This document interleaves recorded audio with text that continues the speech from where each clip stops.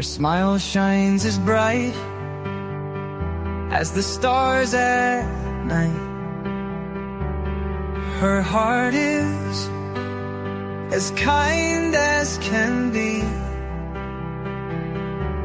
She has the patience of a saint, but if you push her, oh Lordy. A straight talker is Smiley. She's the salt of the earth. Make no mistake, she matters.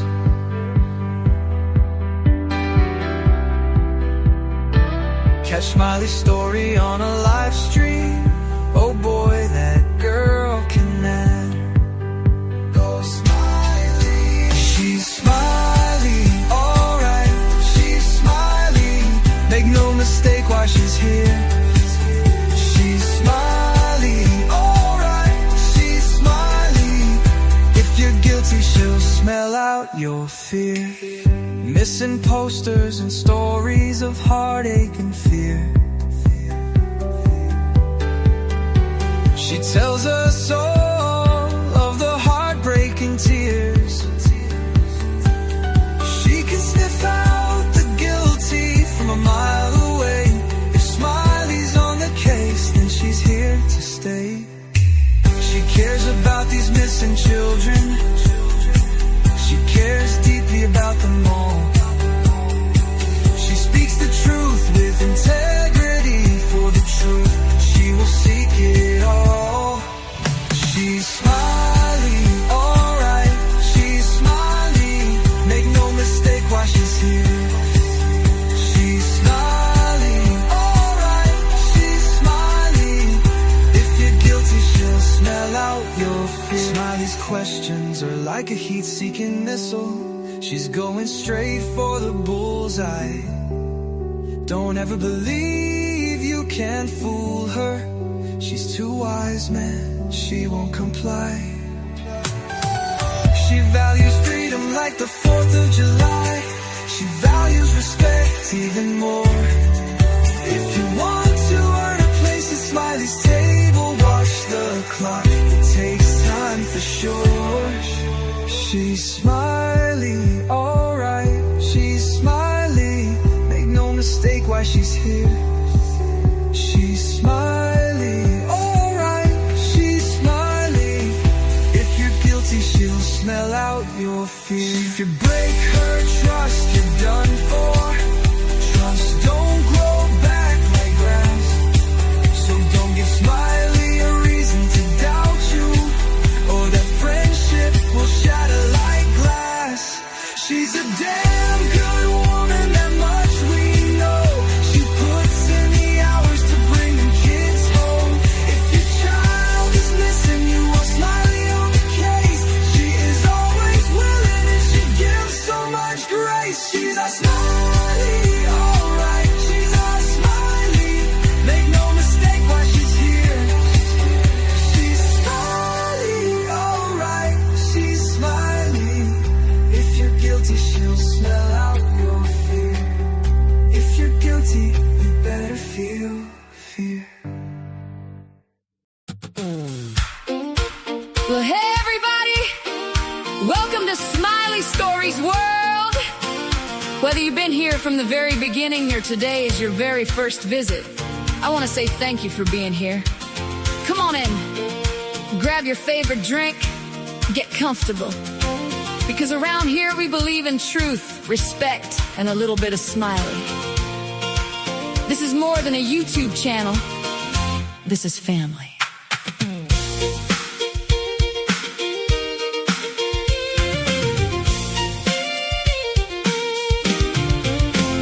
Every day's another journey, another story yet to tell. Through the highs and through the heartache, we walk this road so well. We're chasing hope with open hearts, searching one step at a time. When we stand together, even the darkest days can shine. You're more than just a username, you're more than just a face. You're part of something special, a warm and welcoming place. Take my hand, don't lose hope.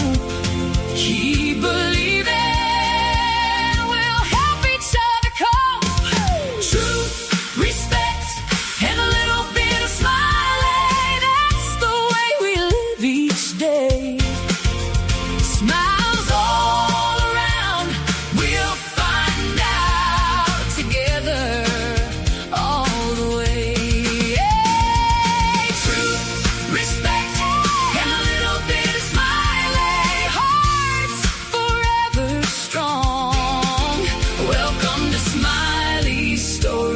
world, right where we belong.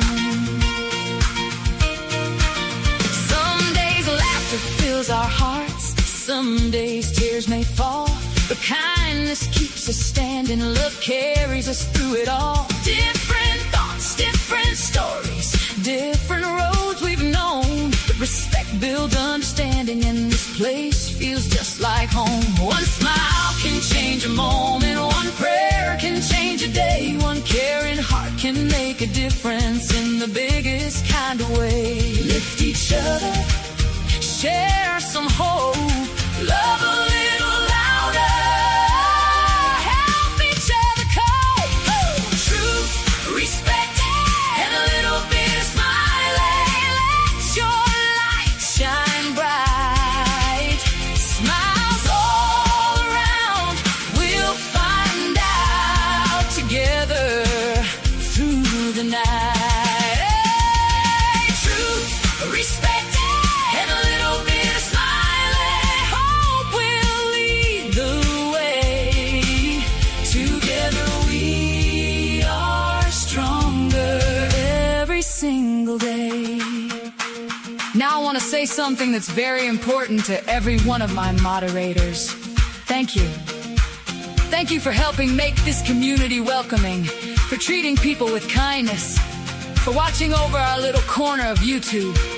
I appreciate you more than you'll ever know. To every subscriber, thank you for every view, every thumbs up, every comment, every share, every prayer, every encouraging message.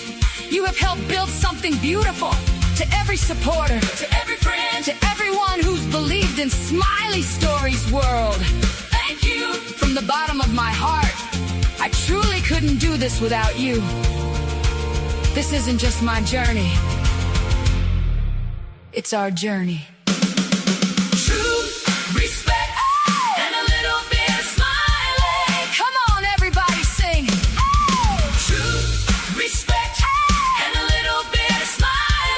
Smiles all around, we'll find out. One heart, one family. Truth, respect, and a little bit of smiling. Never giving up, always showing kindness, always choosing love. To the naysayers, smile around and find out. Because we don't hear you, we stand for truth, honest respect, and a little bit of smiley. That is what makes us smile over here.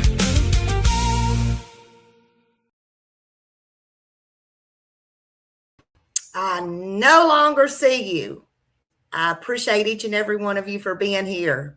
Let's play Summer Song real quick.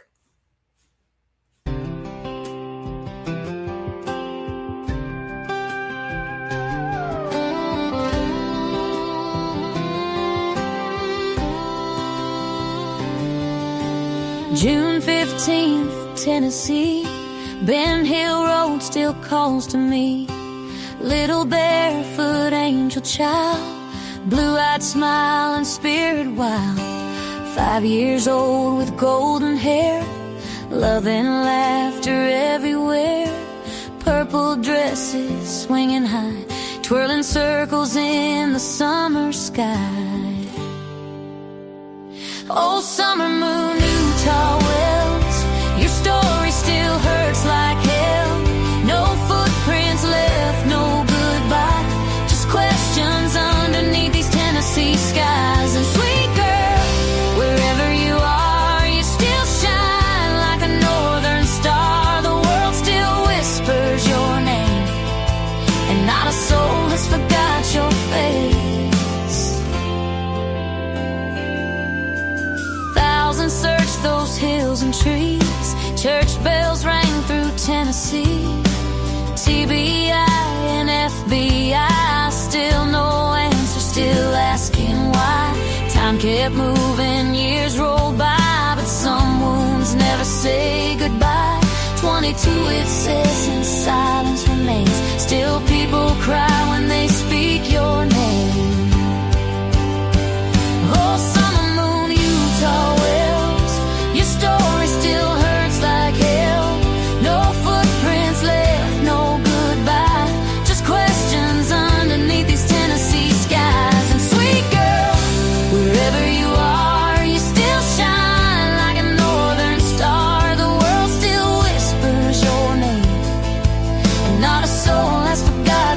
face. Summer, you never left my heart. I'm sorry this world could not find you. I'm sorry answers never came. But little girl, you matter, you still matter. And somewhere beyond all this pain, I believe you dance again. Oh, summer moon, Utah wells, heaven still remembers well. A little girl with love inside, whose light this world could never hide. And sweet child, if angels sing, I hope they sing your favorite things. Purple sunsets, summer rain, and puppies running through the hills again. Purple in the sky tonight, hold her close, Lord, through the night. And as long as this old world turns on summer moon, you'll never be gone.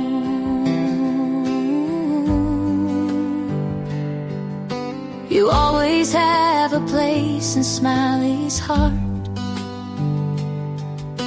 and in the world's heart too. We will never stop remembering you.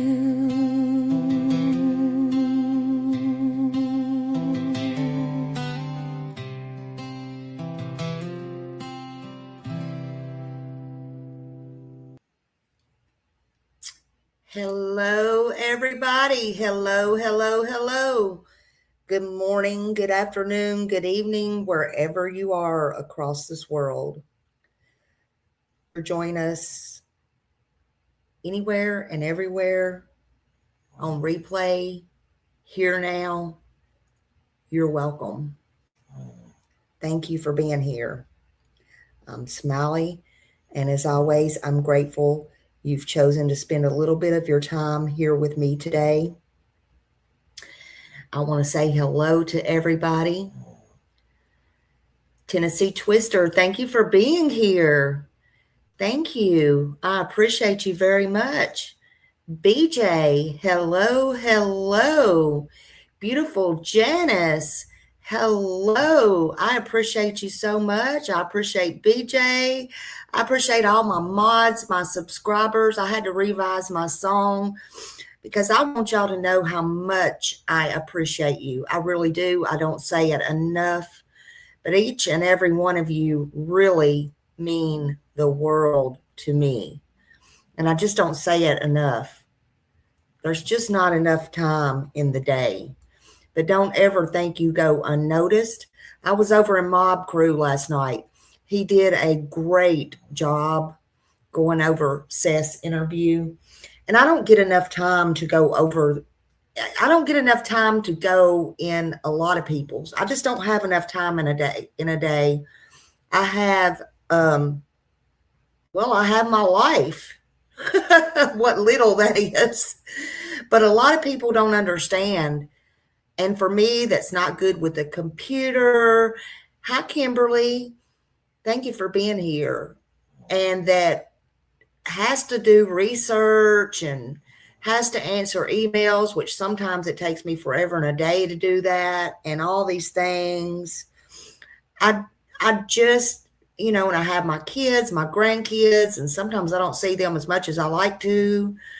Phone calls, bills, everyday real life. Hey, Eyes Only. And you just don't understand. I mean, I guess you do, but a lot of people's got more time for drama and stuff. But anyway, let me get back. I'm trying my best. But anyway, hey, James. Thank you for the jewels, honey. Thank you. Thank you for the silver star. Thank you. But anyway, I want you all to know that I appreciate you. I love you. So anyway, I revised the song, and I hope you can feel my heart, because I do have a heart, although sometimes y'all get things it makes you wonder. Again, I say that's that Gemini in me, honey. Sometimes that Gemini shows more in more in, I'm just going to go ahead and ban you. Yeah, that's what I'm going to do. But anyway, sometimes I get more, that Gemini comes out a little bit more in some people, I guess. That's what I think. But anyway, we're doing a little bit better over here, a little bit better each day. Okay. So, oh, thank you, Hillbilly. Thank you. I appreciate you. So anyway, I'm Smiley and I'm grateful for you all. If you're new here, welcome. If you're not, you're still welcome. Thank you for being here with me. Before we get started, I want to welcome you to have respectful discussions about all of these true crimes, missing persons, current events, anything that I come up with that I choose to do. I do it sometimes just on the spur of the moment. And I hope you will subscribe to get notifications, do the thumbs up, do all the things, and help our community grow together. Today's live is going to be about a review and discussion of the latest that was dropped this morning, that I could tell was dropped this morning, of the Hatfield and McCoy Museum Adventures with Fred and Sheila. It's titled Do the Right Thing. And this is not intended to harass or target anyone. That's not my goal. Again, I've went over this and I feel they are great people. But I feel they've been snowed. I'm not quite sure to say what their intentions are, or were. I'm still kind of unsure, but it's okay. Nobody has to agree with me. It's fine. But I had to stop. I had to stop again. I get a little bit too emotional with all of these cases, unfortunately. I'm just human. I'm a human being, just like y'all. I never come here as a YouTube creator, or I'm not a journalist or a professional. I'm just a person, just like anybody on the outside looking in, okay? So it is what it is. But I do have a little common sense, whether some of y'all believe that or not. Sometimes I find it a little bit hard to believe myself. But we are going to break this down Smiley style, okay? And you are welcome to your respectful thoughts and opinions. But I had to stop it 4 minutes into it, and I said, "Oh no, honey. Oh no, honey. We gonna." Look, you got to go over this with your people. So after 4 minutes, a little bit over 4 minutes of it, I don't know what it said, and I don't really know what I'm going to be reviewing. But when it started talking about Sebastian and Chris, and, they, in my opinion, started backtracking a little bit. And, whoo, honey, I said, Lord, let me wake up a little bit, hitting my face. Let me have some more coffee. I don't know if I'm any good at these reviews or not, but we gonna review this.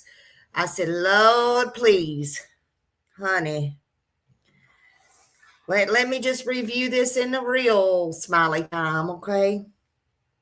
And I do want my mods to drop their channel, because see, I seem to remember they did and I don't know if Chris knew they were recording or not. Maybe he did. I don't want to give any false information out, but I do remember that they spoke with Chris. So we'll get into that another time. Let's just go ahead and review this content. So we'll get through it together, Lord. I can only look, this is probably going to be a long live. Y'all protect your hearts. You can come in and out. Nothing's required. I don't, and And I know I make it longer. I'm not intending to. Everyone's entitled to their own opinions. And as always, let's remember they are real people too. Everybody is real people. Candace and Don is real people. Emotions run deep. We're all real people. We can agree to disagree, but just be respectful. You'll quickly learn what this channel stands for: truth, respect, and a little bit of smiley. That's going to be my new motto. And those aren't just words. It's foundation of this community. We look at the facts. We ask the questions. Sometimes there's questions I ask that, honey, no, y'all's jaws drop, and that's okay. But above everything else, we don't ever lose sight of the human beings. That's the center of all of these stories. And in this story right here, it's Summer Moon, Utah Well. So grab your coffee, grab your coats, grab your little bit strongers if you have to. Just let's take a thoughtful look at today's video together. And I'll pause throughout. I'll share my opinions. You can share your opinions. We can discuss it. You know, thank you for being here. Thank you to all of my amazing moderators. Thank you to this community. Thank you to my members, my subscribers. I truly could not do this without you. Now, let's get on with it, honey. Let's get on with it. Just say, Smiley, shut up, okay? Let's get on with it. All right, let's see. I'll share my screen here. I'll share my screen. This is titled, Do the Right Thing. Do the Right Thing. You're welcome, the real sisters in crime. And let's see if I can go back a little bit more. Let's see. They were short. They sent us pictures, and Sheila and I looked at it. We were. Let me go back a little bit because I don't. Let me get by the music. We started to back off the Yeah. Summer Wells case. There's so much controversy, so much. I don't know. I think that's why we never started on the Summer Wells case in the first place. Yes. It's because there was so much controversy and Right. all that. Yeah. We're not quitters. Bill and I are a lot of things. Quitters aren't one of them. Mm-mm. We just got off the phone with a police department here in the United States. A lady had called us yesterday, and that's what we're hoping for. That's what we, again, like I told the officer, or we did, maybe nothing to it. There's been many times where people has checked things out and nothing to it. And then other times where you thought it would be nothing and turns out to be it. Yeah. Lady had contacted us about something suspicious. I won't go into it yet because this video, I want to give them time to check it out before we post this video. So this video won't be posted for another day or two. Right. But should be on videotape, hopefully, and so forth. She thinks that she may have spotted Summer Wells. Now, we had a call like that years ago on Sebastian. Mm-hmm. And we called Chris. Thank you. Sorry. Chris Proudfoot. Proudfoot. That's why I didn't know their name. Okay. Sorry, guys. You got it. We got it now, guys. We're on the right track. We get it. Getting old. We're getting old. But where age comes in is sometimes knowledge and experience, and but it's bad on forgetfulness and memory. It's what we're counting on you guys for. It ain't about us. It's about you all and the good Lord. And we had called Chris Proudfoot years ago about somebody had cited that what they thought was Sebastian in Alabama. Mm-hmm. And I mean, they were sure. They sent us pictures, and Sheila and I looked at it, and we were convinced that it was Sebastian. Then when we sent the pictures to Chris, is that his name? Chris. Proudfoot? Uh-huh. I don't ring a bell. I don't sound right. Chris Proudfoot and Katie. He said no. He could tell right off that it wasn't. Did resemble, but it wasn't. Mm-hmm. And that may be the same case here. Wouldn't it be something if it was that easy that we put a video out and See, in my opinion, and I understand everybody going crazy, but in my opinion, everybody does always call Chris and Katie. And, that's kind of a slap in the face. But in all fairness, I guess it's because they figure, well, that's where he went missing from, right? But again, in all fairness, it's like, why would you think they're going to tell you? I don't know. Again, I don't know. But then you can't even remember the conversation or their real names. And again, why are we talking? And again, I'm trying to be respectful, speaking about Summer Wells, and then the first 4 minutes, you're going back to Chris, Katie, and Sebastian and trying to compare in the first 4 minutes. I don't understand that, but okay. Again, no shade being thrown. I'm just trying to understand, but that's just me. Hey, maybe I've done it and don't realize it. I feel these are good people, but you're going to find out in a few minutes. In my opinion, and in my opinion only, I feel, again, I only watched 4 minutes of it, a little bit over 4 minutes of it. I didn't make it to 5 minutes, but I feel that they kind of tried to backtrack, if you will. And I can understand getting heat. Trust me, in the Summer Wells case. And this is what they're talking about. I can understand getting heat and not understanding it, especially if your intentions was good. That's fair. And I personally understand mistakes if mistakes was being made. Listen, I'm the one. But if you stand for something and you believe in your heart you did nothing nefarious, nothing wrong, you don't backtrack, in my opinion. Or you don't step back in 48 hours, or I'm just saying, I don't know if it's 48 hours, whatever, unless law office or somebody told you to cut it out.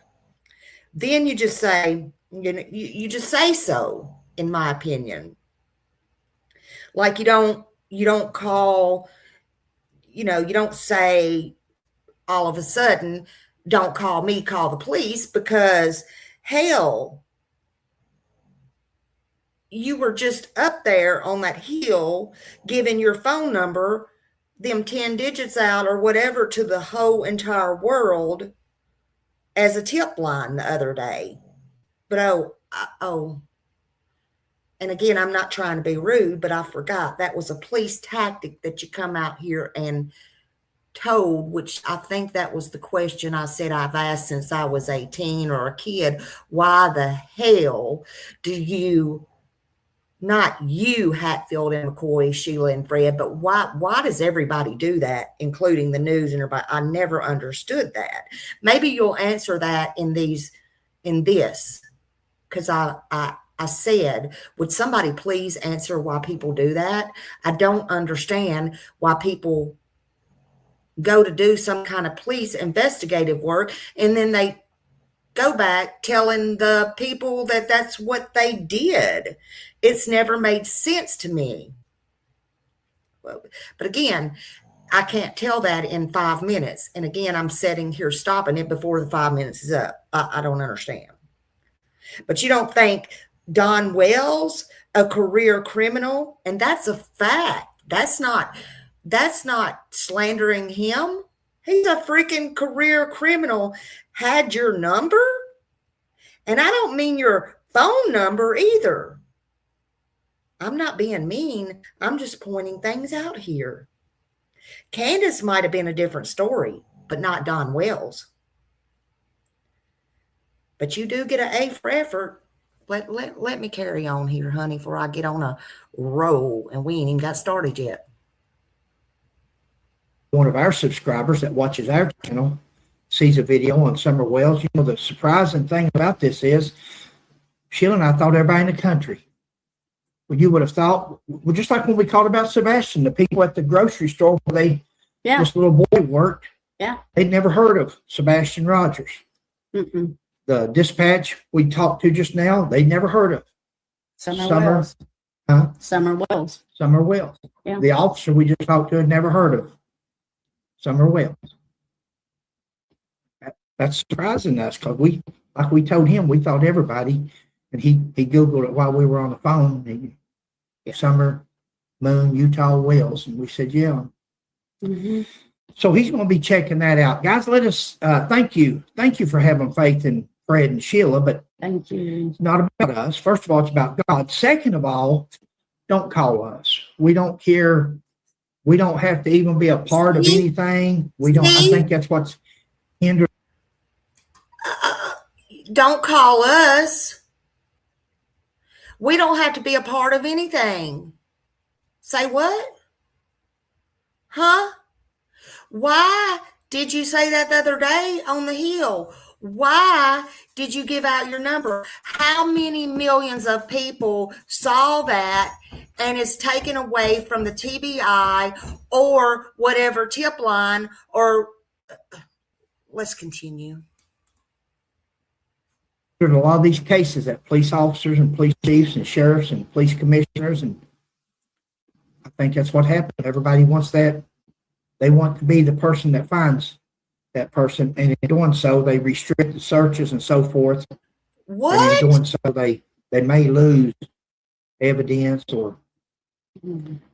So don't call us. Go ahead, babe. And if possible, try to take a picture to have on hand, so when you do call the police, they can ask you if you've got a picture of it or something. Can you ID them? And this lady had a lot of information, but she was afraid of the circumstances to try to take a picture and be spotted, or somebody. Maybe it's not. Listen, I'm sorry. And again, I'm not trying to be mean, cruel, harass, or whatever, but I can't believe anybody who agreed the other day agrees with this now. Listen, you're a 40-year vet, ex-police officer. You knew better than that. And I'm not one to speak on mistakes. Hey, Lolo, I'm not one to speak on being judgmental about the Summer Wells case at all. But this is a huge F up right here. I can't believe what I'm hearing as far as I didn't agree with giving the numbers out, tips, or whatever, but I cannot believe what I'm hearing here. Now, listen, it was done. So stand up, take accountability, either take the tips or don't all of a sudden say, don't call me. That's wasted resources. What the flip? What the flip? Oh my God. Okay. Let me continue. Sorry. Summer, and somebody would be wondering why she's taking a picture. Exactly. But with what she told us, it doesn't add up. That doesn't mean it's not possible. Just because something doesn't. And that's what we're going to talk about today. You might want to stay with us on this video, because this video is going to be interesting. But if you have any information, if you see anything that's suspicious, or you spot who you think is Summer somewhere over the years, call 911, guys. Yes, Don't please. call Fred and Sheila. We thank you and appreciate it. But you don't have to call us. You call 911 and get some police there and let them check it out. If it's nothing, so what? If there any kind of police officer like they should be. You remember the old days, protecting and serving. I got you.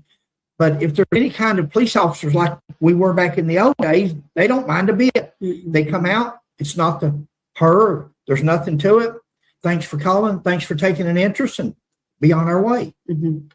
Nobody should ever get mad at anybody for. I bet you they'd run through a flaming fire if they find out it's her and they didn't investigate it, and all of a sudden you find the body or find her.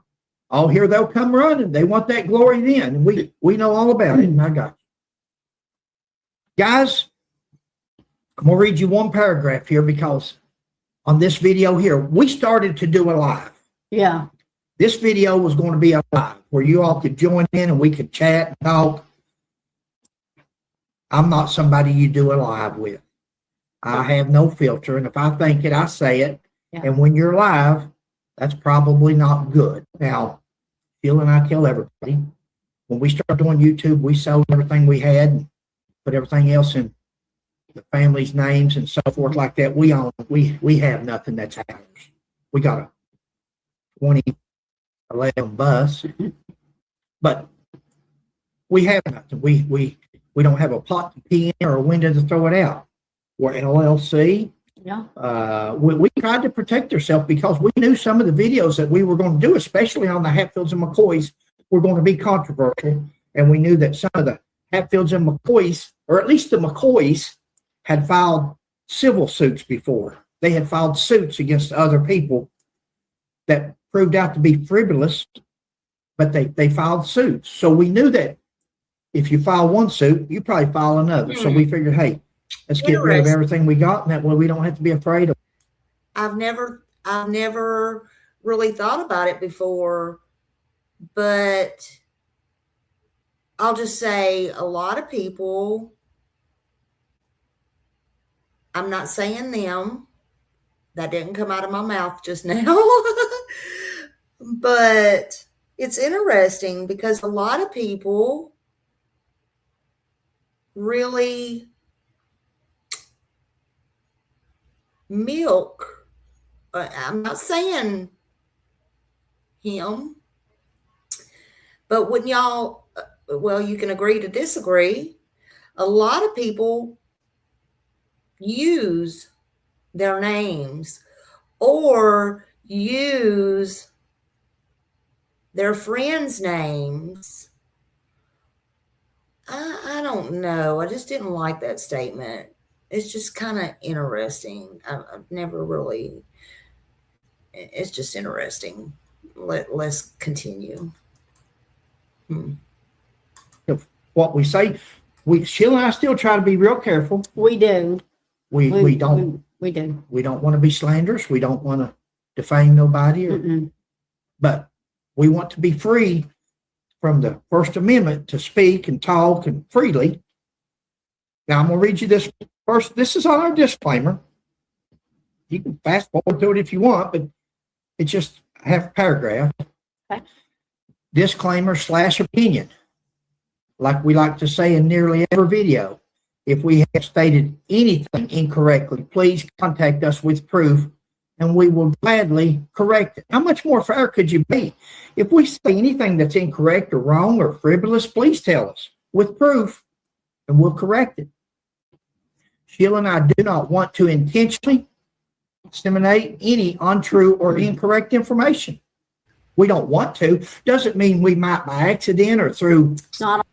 Lolo, I like Fred and Sheila. I also like Fred and Sheila. I don't think they did anything wrong per se. I think like anything else, I think they are good people. I do think that they didn't know all the circumstances. I don't think that they have followed this case from the very beginning, but with all fairness as well, I think they knew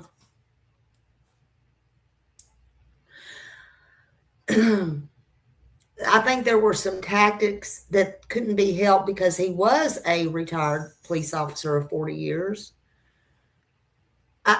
I think he knew what he was doing. But I think Don knew a little bit better what he was doing, in my opinion. And excuse me, gosh, I'm getting this cold. And I don't think I'm gonna say, and I'm gonna leave it at this again. You cannot, I don't care who you are. I don't care if you're the cops. You're not gonna, especially in a friendly, unprofessional capacity, fool a master criminal manipulator. Period. You're just not going to do it. That's just my thoughts and my opinions. Everybody here has their own thoughts and opinions, and they are welcome to them. But yeah, I think they're good people. But good people is not going to get the answers that they want. They're not. On purpose. Stupidity or something, but we try not to. It won't be intentional. Right. Thank you, babe. It won't be intentional. It won't be malicious. It won't be with malice. It will be by accident, mistake. We want the truth and the correct information in our videos. You will not embarrass us, hurt our feelings, or make us mad. We welcome corrections. We acknowledge the information in our videos is for entertainment purposes or historical purposes when it comes to Hatfield McCoy videos that we do. Mm-hmm. We acknowledge the information in our videos is for entertainment purposes. Some of the information may be speculative, theorizing, or even our opinions. Our videos, comments, etc. are not intended to target or criticize or offend, harm any individual or organization in any manner. Exactly. While we strive for accuracy, if you find anything incorrect, please notify us so we can make necessary corrections. Guys, that's I don't know how much more fair we can be. Now, some of you are still going to misinterpret that. Some of you are going to think, oh, they're attacking this person. Oh, they're throwing that at that person. Guys, you're allowed to have your own opinion also. You can think whatever you want to think about anything we say. We just got through saying we don't want to. Some of this is our opinion. Some of this is our thoughts. A 40-year career in law enforcement, 29 years in education. In my 40-year career, and if you followed our videos before, some of you have heard these. But if you've not, because we have a lot of new subscribers and viewers lately, 4 of my rules or philosophies while I was a police officer. Listen to these. I've had these since I was a young man. A person's past often predicts their future. Guys, look at people's past. You've seen people's past that improved, but if a person has a past of bad things, sometimes they continue throughout life. If a person's been in the big house, it carries on. These are some tough people and so forth.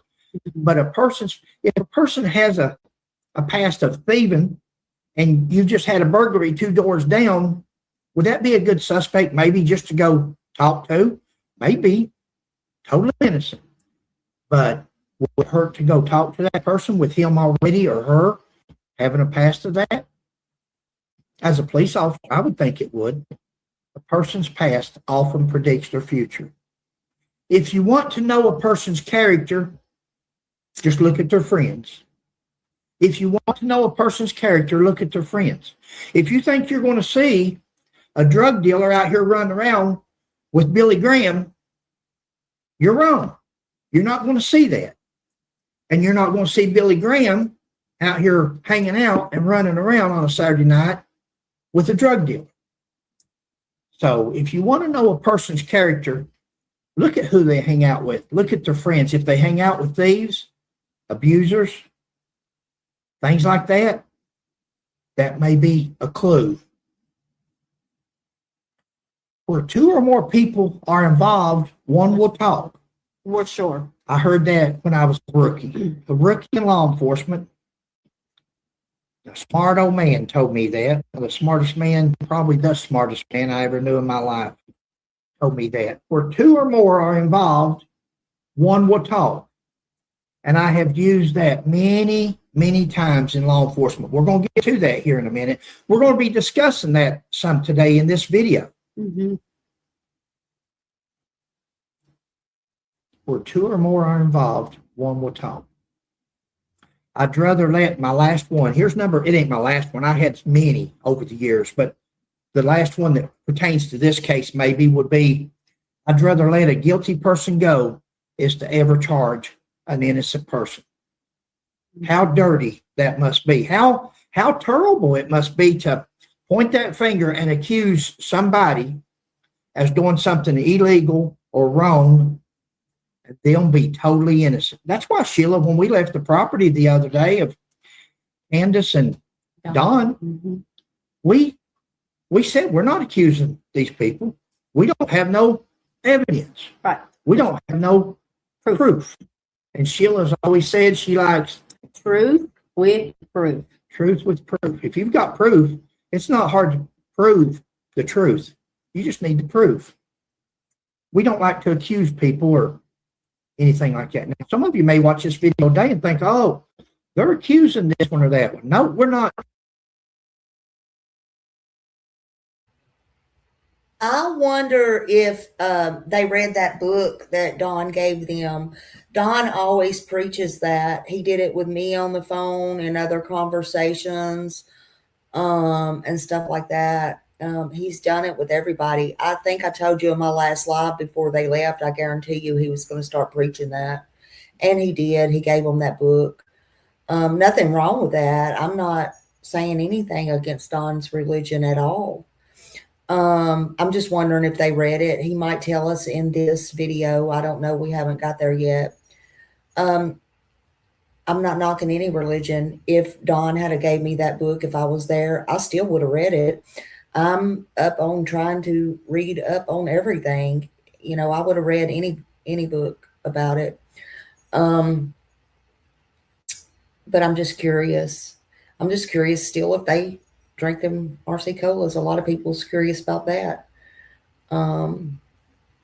But I think a lot of things that probably don't have nothing to do with nothing.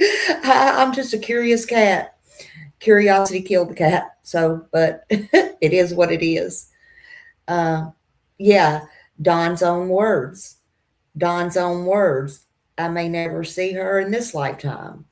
Or his own words was, I will see her in the resurrection. You know, things like that. Always past tense, you know, different things. Very interesting stuff, you know.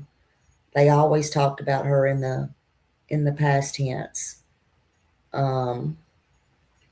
So everyone, again, is innocent until proven guilty in the court of law. And I can understand wanting proof with truth. Is that what they said? And I can understand that. And I can understand giving everyone the benefit of the doubt. I can talk to both sides and I can listen, to everybody. Hell, I've told Seth, I've told everybody that, to this day, if I saw Chris or Katie out, I wouldn't be scared to walk up and speak to them in lieu of everything. I would sit down and have a conversation with them. Y'all might think I'm crazy, but it is what it is. I'm just that type of person. It is what it is. Uh-oh, Janice, thank you for that. But hell, I could talk to anybody in any and all walks of life. Maybe that's what how these two are. I don't know. I'm not trying to judge them. I'm only reviewing them and talking about the words that I feel, in my opinion, which I am hearing that they are either backtracking or whatever. And see, I'm not a backtracker. I'm not a fake person.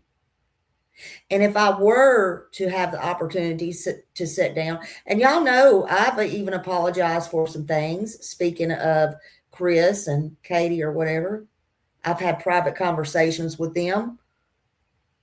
But what I don't do, and what I am not, and I'm not accusing these two of being fake or anything, don't get me wrong, but I am not fake.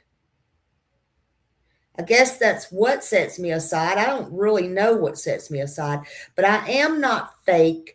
I will not waver, and I will not change my opinion, and I will not sell my soul for a click, a view, a like, and I will not weeble wobble the fuck around. Not for the police, not for sides, not for anybody. I do me, and that's what I do. And if I change my mind or my opinion, which I'm entitled to, I won't pussyfoot around it. I will come out and say why. And it is what it is. But I feel if you cannot run with the big dogs, then set your ass the fuck down and stay on the porch. Will there be mistakes made? Yes, I understand that. Yes. But you cannot get scared, back down, and just say, backtrack, in my opinion. You can be scared, you can get nervous, but it is what it is. You don't lie, you don't take away from, you don't add to. You don't stutter. You get out here and take accountability and responsibility, and you keep moving on, and you hold your head high, no matter what the consequences. That's what I'm talking about. That's what I'm talking about.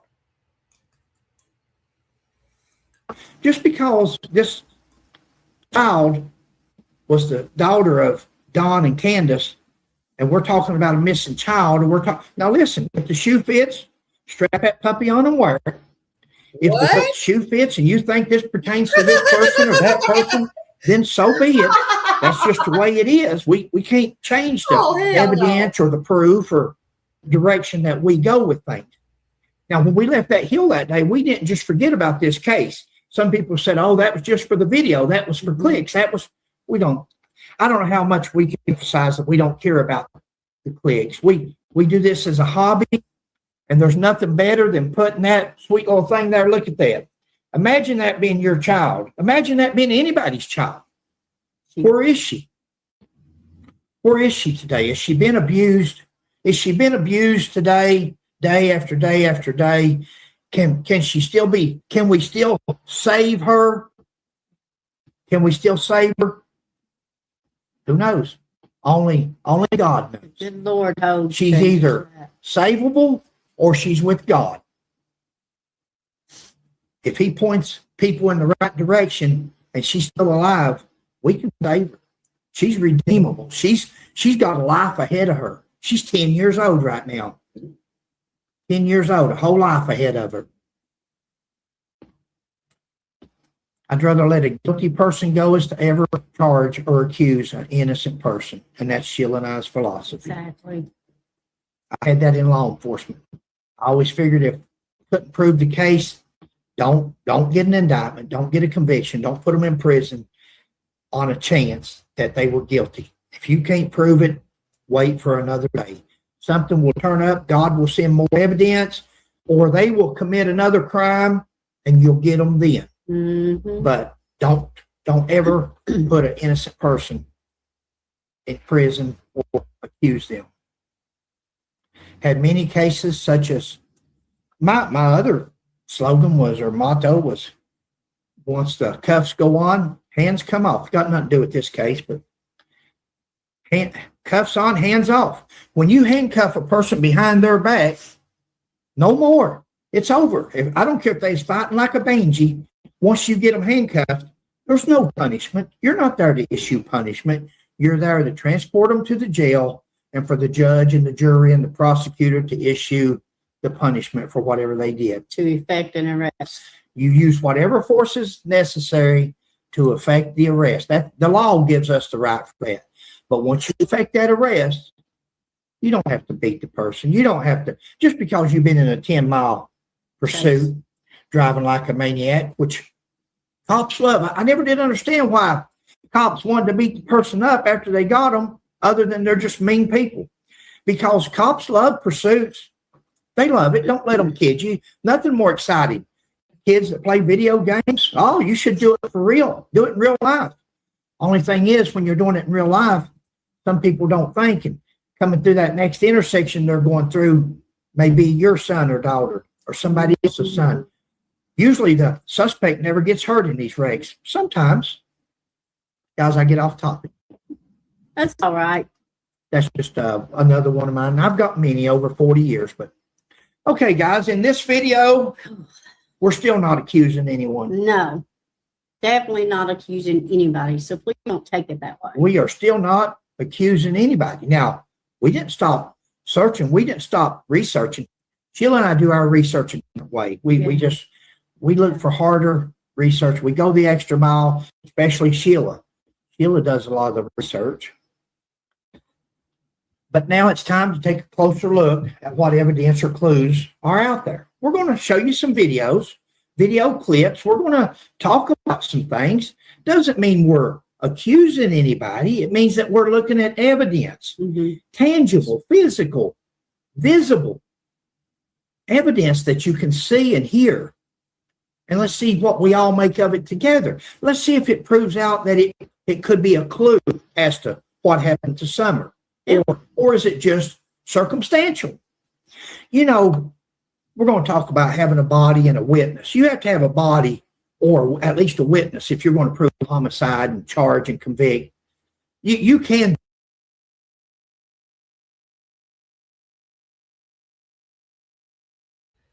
Oh my God.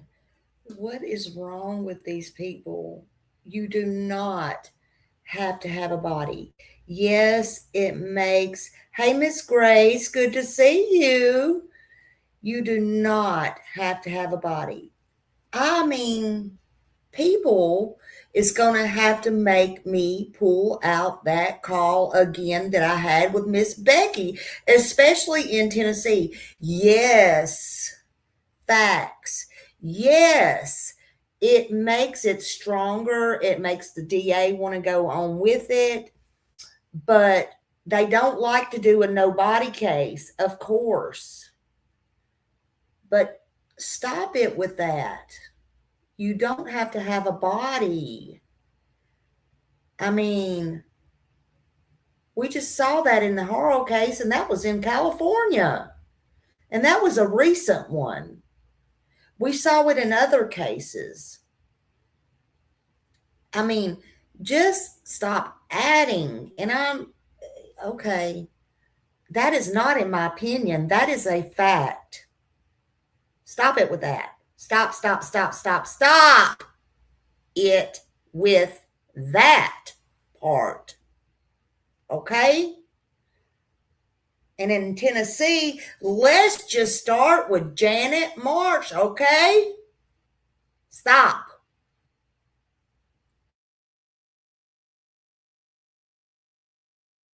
do it on circumstantial, but you're going to have such overwhelming circumstantial evidence, and most prosecutors are not going to take that chance. But we're going to get double jeopardy and things like that after a while. But we are here for Summer. We're not here for anyone else.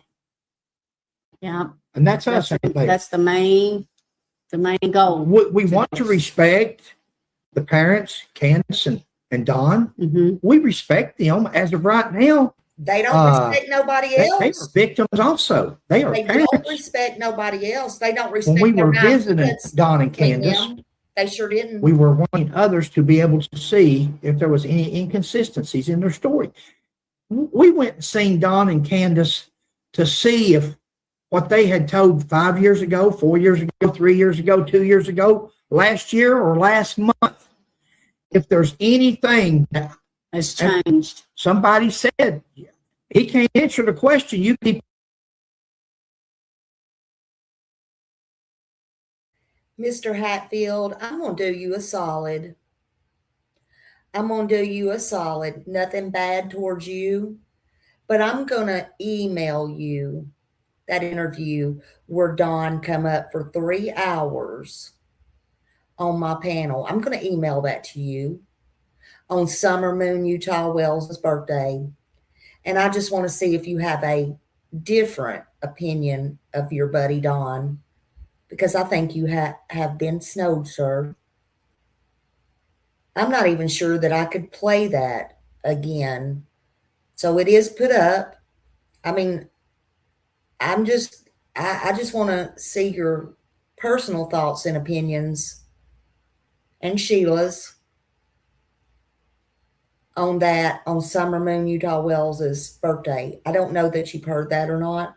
I'm going to email that to you because I'm just curious. I'm curious like that. My mama always said curiosity killed a cat. I'm just going to, I would like to know your thoughts and opinions on that.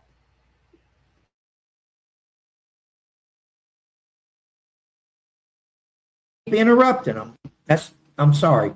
Everybody's got their own technique when interviewing or interrogating somebody. We're going to get to that in a minute, but it's called redirecting. Don't worry. Other people can redirect the investigator as well as the investigator can redirect them. Every time Don went to something that I felt he'd already talked about, and I do the same myself. I talk about things. People even comment. They'll say, you say the same thing over and over. Well, if you say something 3 times to somebody, they'll remember. That's the old adage. If you tell somebody something 3 times, they'll never forget that because they've been told 3 times. So there's a purpose for that. But sometimes I'm just a hold and repeat, maybe. I don't know.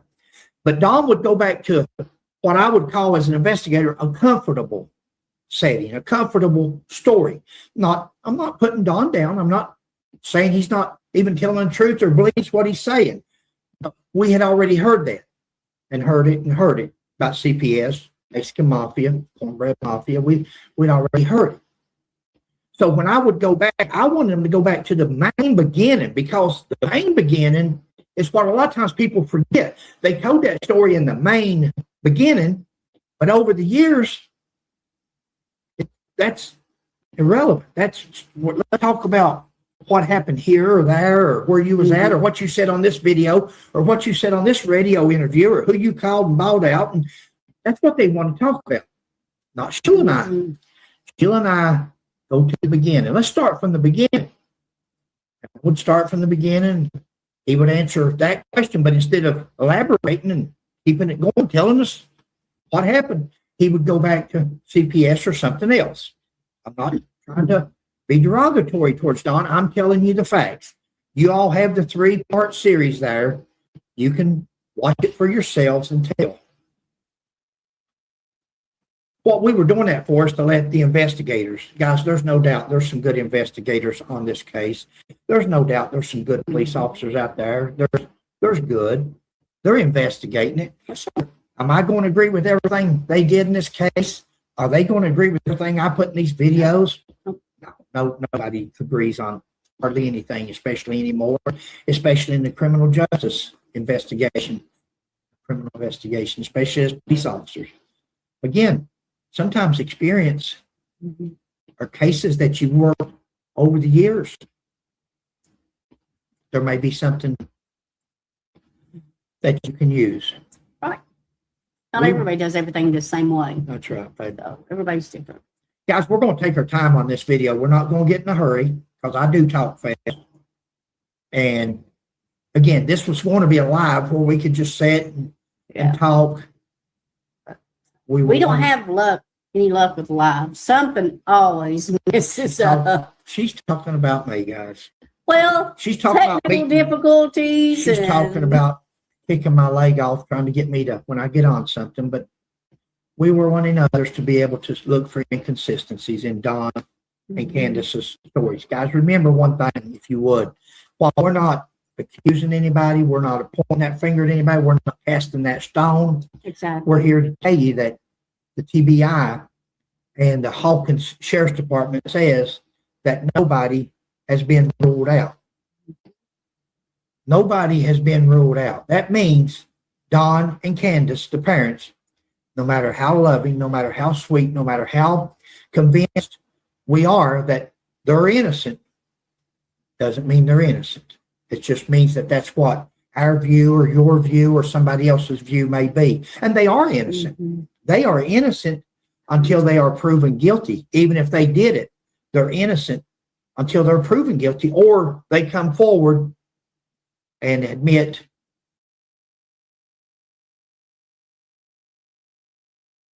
Now, he is right about that. That is the good thing about this country. We don't want to put innocent people in jail, but that is correct. Everybody is innocent until they are proven guilty in a court of law. You, me, and everybody else, Don, Candace, everybody. So for those coming in, we are reviewing Hatfield and McCoy's latest video titled, Do the Right Thing. And I am going to watch that with you. I'm going to review it with you throughout and share my honest observations as we go. That's what I've been doing. I'm not accusing them of anything, but, you know, I do feel they backtracked a little bit. You know, what is the message of the Creator? What is the Creator trying to get across? I mean, is this about facts? Is it about opinion? Is it a call to action? What is important in this?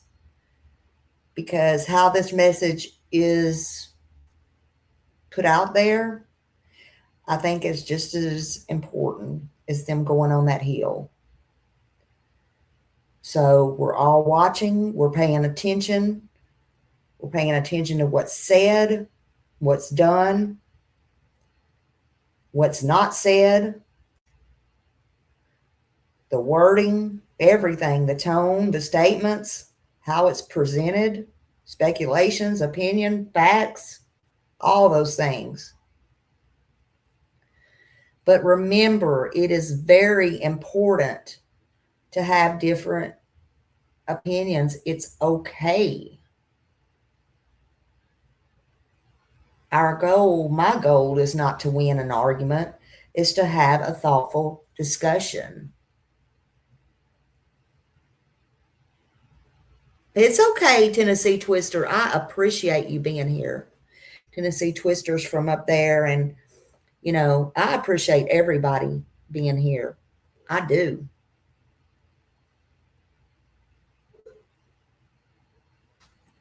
Yeah, sometimes we just can't. I mean, that's the truth.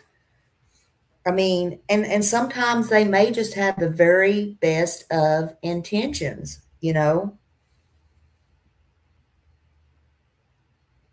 You know, one thing I've always believed right here on this channel is that awareness saves lives. You might not go out there and save a life. I may not go out there and save a life. I may not be able to solve this case or that case. You may not be able to. but awareness could save a life. Every person who shares a flyer or remembers a face or shares a face or, chooses to make the right phone call to the police, if something don't seem right, or, CPS, that's a much bigger effort, because if you see a child or you think it's a missing child, even if it's not, it's so important to call 911. Let them sort it out. Not a YouTuber, not a neighbor, not your friend or their friend's friend. Time is of the essence. It's not okay to be calling YouTubers or sending emails to Smiley or Hatfield or, these people. Listen, and it's not okay to wait a month, a year later. Listen, it could be seconds, and I do mean seconds, between a child's life or death. Listen to me. It could be seconds between a child's life or death, even if, hear me, even if that child has been missing for 2 hours or 2 years. It could mean seconds or minutes, and it matters. It matters. So you don't wait. You don't call YouTubers. You don't wait to see what's on the next live.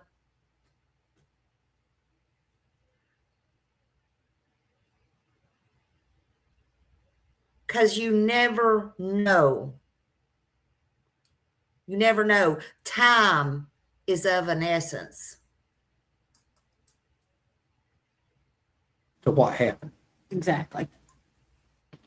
When there's a child missing, it's all about that child. I heard somebody say, well, you said this or you said that. Guys, I'm liable to say anything if it helps Sheila and I find a missing child. There I it don't is. care about people's Whoops. feelings. I have no I'm liable filter. to say anything. It's all about that child. Yep. The first people you look at are the parents. We all know that. Always.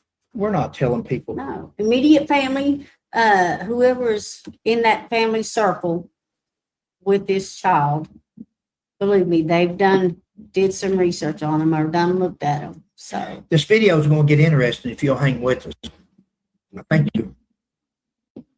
May start out slow, but in a minute we're going to bring up some comments and questions and videos. We are not PIs. We're not private investigators. Mm-hmm. We're not police officers. By no means. I was a police officer for 40 years, and in just about every case I've ever worked, I've discussed it with her, and we've gone over it and all this and that. She might as well have been on the payroll. Well, when somebody else looks at the case, they see it through different eyes, and they might see something that somebody else has overlooked or has missed, and so it doesn't hurt to have different people looking at it. Sheila and I are just trying to do our little part in finding out what happened Precious baby. to that precious baby. We cut out where Don told us Candace had been drinking. Had been drinking. Yeah. It's no secret. In a lot of the comments, people had already noticed it. Yeah. They knew, and that's one reason. Only thing you can do by arguing with somebody like that is make things worse. There was no need in arguing with Candace when she was, for lack of a better word, on a rant. Guys, we're on Candace and Don Crocker. Keeps talking. Don invited us in, which she did too in the beginning. She went and got us pop. She was so sweet at times, and then she got a phone call or made a phone call. We've done a video on that, and then I think she became suspecting and not trusting. And I don't blame them for not trusting everybody. They've got a short end of the stick sometimes, especially if they turn out to be innocent, especially down the road. Somebody admits to, or somebody's charged with something. Yeah. How's all those people going to feel that's falsely accused these two? Is there still concern? Is there still? I plead the fifth. Could they be involved? You've been snowed, Sure. honey. TBI says they could be. Yep. They said nobody's been ruled out. Yeah. I'm going to take the TBI and the sheriff's office at their word. Nobody's been ruled out. That means they're suspects. It's their home. They can do as they please. If she wants to drink all day, that's her business. Who am I? I'm not condemning her for drinking. That's her business. They invite us in. But that may explain some of the mood changes that we inherited or encountered. Thank you, babe. Yeah, that's a better word.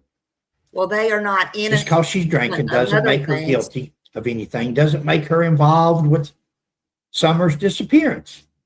See, it's sad that we have to discuss comments like that, but between comments and people's thoughts, they think, oh, that's a good comment. I'll comment on this. I'll comment on, you was on her property. That don't make her guilty. So we're trying to cover your comments before you put them in there. We know that. I agree with that. We know that. We're almost Absolutely. 70 years old, or I am. I'll speak for myself. Sheila's only 26, and I can understand she don't Not really, but I'll take it.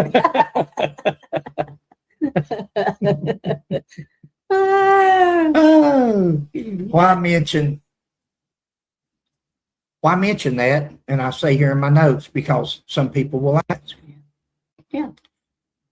We like to put as much information out there as we can, the good, the bad, and the ugly. We do that. We do that on Hatfield McCoy History. We do that on. I'm going to stop this just a minute.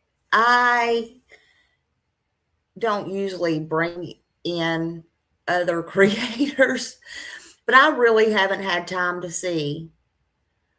Anybody want to enlighten me about Jody Sue? I bet she was having a field day with the Hatfields and McCoys. I'm just going to take a wild guess. I mean, anybody? One in the chat, if y'all know if she has had a field day with them. 1 yes, 2 no. Anybody?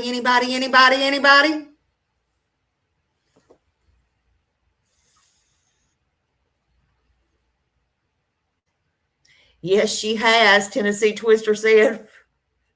Oh, Lord, honey. I can only imagine. Oh, yes, she did. Oh, Lord. 111. I'm going to have to. Today, let me look out my window because it's been raining here all night. Actually, I need to mow my grass, or I need to put hubby to doing it or something, but it is really grown up. It hadn't stopped raining here. Grace said 1. I need to, you know what I need to do? I think I don't know why I'm craving chili again. I need to get me some chili this evening. I need to make me a bowl of chili, get me some crackers, crumble it up. I need to put my feet up, first I need to get me a good hot bubble bath. I know it's too much information. I hadn't been over Jody Sue's way in a long time. But I need to go over there and catch up with Jody Sue. I really would like her input on this. I don't think Jody, in my opinion, had anything to do with Summer missing. I'll just put that out there. I may even say hi. What channel is she under? I don't know, but she shouldn't be too hard to find. Hey, Kiki. I don't know. Y'all are more than welcome to put it in here. If anybody knows, you're more than Tennessee Twister can tell me. It's been a long time since I've been over there. I be careful because I haven't put or way back in the day, she used to put everybody in the box, and then she would put people in the cremation box. Luckily, I never got in the cremation box. I was always a good girl. I used to go in there and conversate a lot. And then, whatever. But I would be careful and pick and choose what I would say because I didn't want to get in the cremation box because I figured if I ever had, you're in it, Val. I figured if I would ever had something to say important, I wanted to make sure, because I don't do troll accounts. I don't do all that BS. I go in as me. It is what it is. She don't like a lot of people, Val. She don't, in all fairness. But I was, I wanted to be real careful not to get in the box. But anyway, I want to go watch and see what she says, because she said a lot of interesting things, in my opinion. I believe she has a lot of information. I think she has a lot of important to say. That's just my opinion. It don't hurt my feelings one bit because she don't care, or she don't.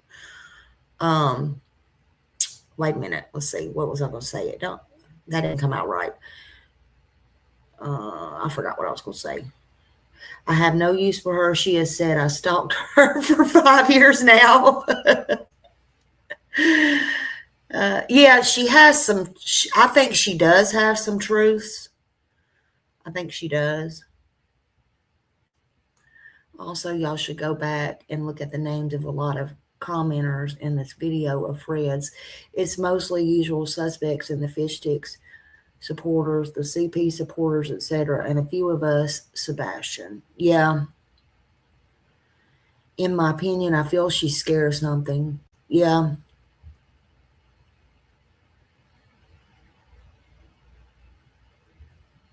I was just wondering, because I think she's the loudest of everybody. And there may be a reason she's loud.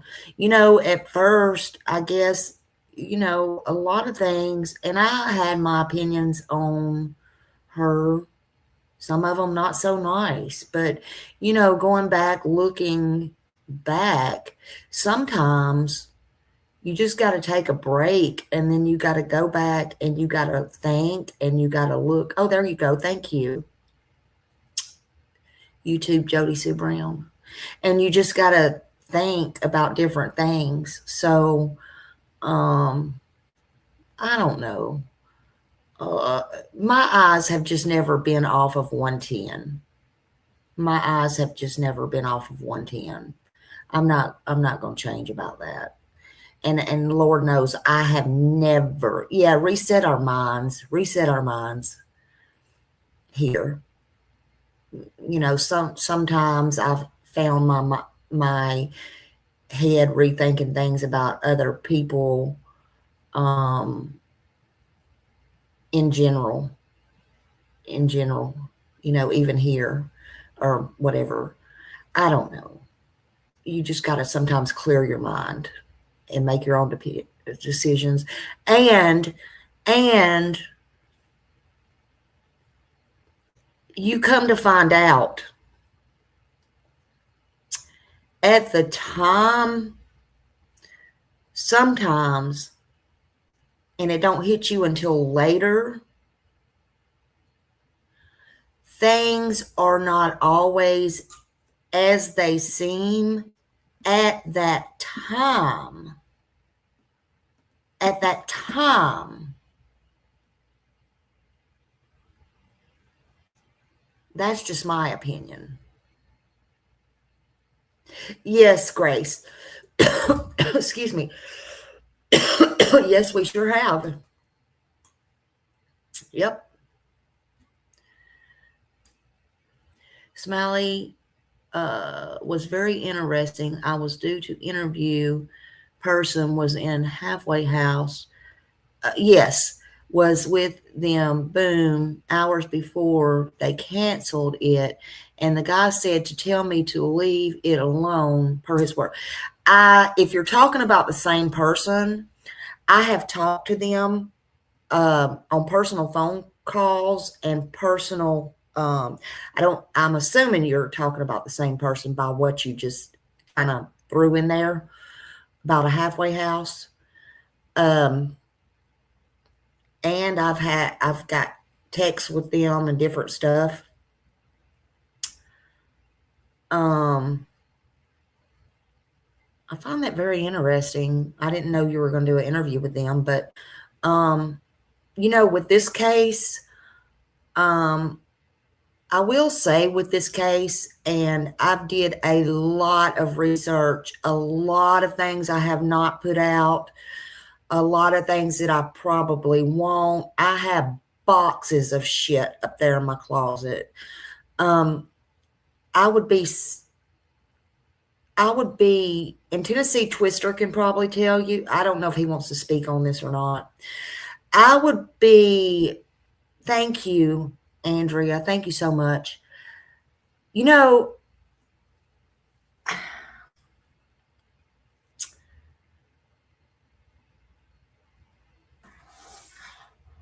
There's been a lot of dots connected. Ryan was coming on panel with you. Listen, I would be very, if you don't know everything, and I mean everything about this guy, listen, the best that I can say to you with this case, and I'm going to tell you, I have had here in Florida, and it's notated at the police department, I have had Molotov cocktails in my front and backyard. We won't go into all this. I have had 10-page applications from Hawkins County Sheriff's Department sent to me. I have had threats from the early on. I have had people follow me when I was in Hawkins County after people left. I have been recorded. There's been so many things. There's things that's not even been put out. I will say this, I have had a PI come to Florida and look in my fucking trash can while I was sitting on the fucking porch.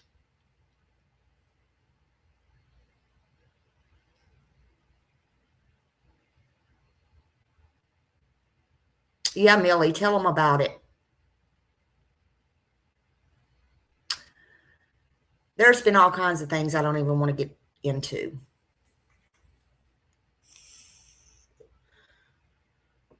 But with that being said, Kiki, all I can tell you is this. That person that you're talking about, I'm glad that, honestly, I don't talk about this case as much as I did. Yes, I am now, but I'm not going to back down. I'll talk about it when I want to.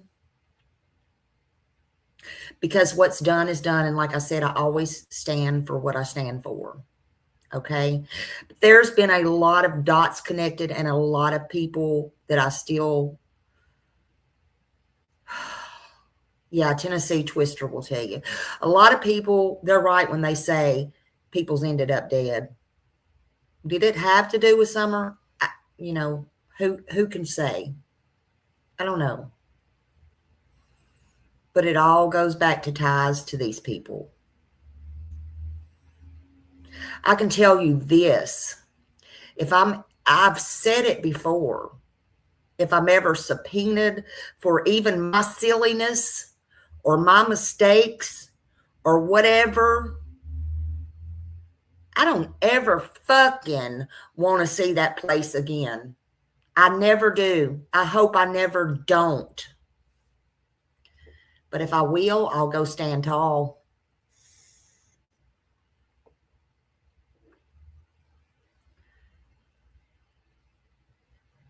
You should be glad, in my opinion. You should be happy that you don't do interviews or get in any deeper than you already are or have been. I wouldn't advise, I'm not kidding, y'all, anybody watching in the bushes can take my advice or not. I don't care. I don't do this case much anymore. I am reviewing this. But believe you me, if they found Summer today, I do not want to go there. I don't want to go to anything that has anything to do with this. I don't want to be in that area. And I don't really care to interview nobody. Will I speak on her or share her flyer or whatever on here? Yes.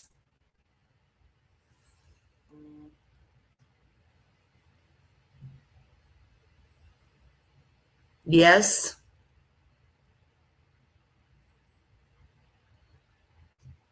But do I really want to be involved in this case anymore? To be honest with you, no. And would I advise anybody new coming in, and I know you're not brand new, Kiki, but would I advise anybody, especially if they have kids and a family? No, no, no, no. To be honest, stay far away from this case as you can. And it has nothing to do with clicks, views, likes. Smiley Story did this case for free, no cash apps, not shit, for 4.5 years. And Miss Grace, I know you're worried and so scared for Kiki. I just hope this advice resonates with her. I don't tend to tell nobody what to do. But that's the best advice, even though I'm sitting here today, can tell anybody as far as this goes. And I mean that with my entire heart. But then y'all go, and I said it as far as the other night, and I said, but is Sebastian's case, I think Sebastian's case is a hell of a lot crazier and worser than Summers. But Smiley, you're from Tennessee, and Smiley, you're doing that one, and you're going hard, and your family's there, and you are legally there, and blah blah blah blah blah blah blah. Yeah. And I'll continue to stand strong, and I'll do what I have to do. I'm the strongest fucking person you know. But how many people has died in that case?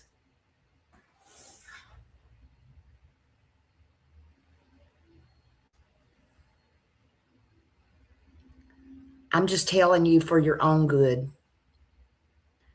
You can take my advice or not, and I'm not just talking to you, Kiki. I'm talking to anybody listening. Trust and believe. Summer Wells' case is a toxic case. And do I personally believe she's alive? No, I don't. Did Don or Candace do anything to her, or Grandis? Innocent until proven guilty. But in my personal opinion, that's a whole different story. know you have grace. And as a mother, it don't matter how old your children are, you're always going to worry.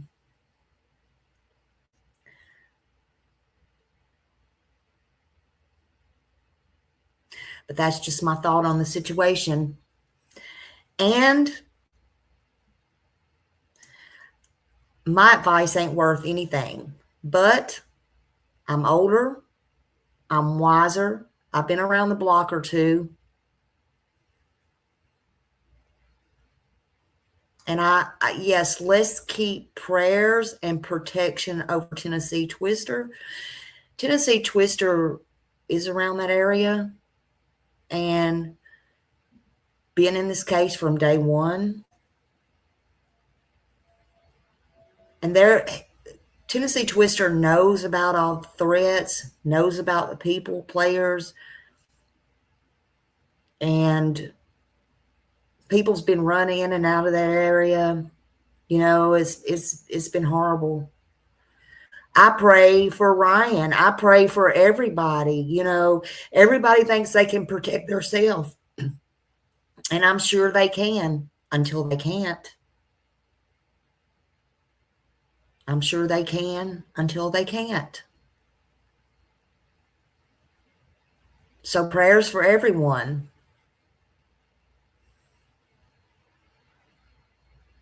Yeah. Miss Grace said, I've been here 5 years. 3 people know how to reach me. Smiley knows I do not trust many. Yep. Why does all this stuff happen? Good question. Good question.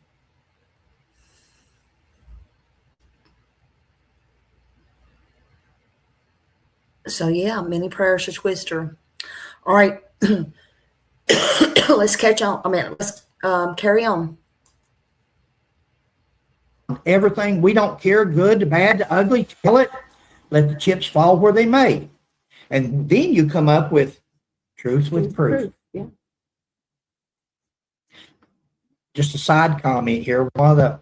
Somebody was asking about cuts in the video and so forth. It was words, bad words and so forth. And it was also words that YouTube don't like. Yes. Like S-side. Mm-hmm. Somebody was committing S-side. Mm-hmm. And we had to try to cut that out because Don told a couple of stories that come up. Yeah, I'm not very good at doing that. I was trying to.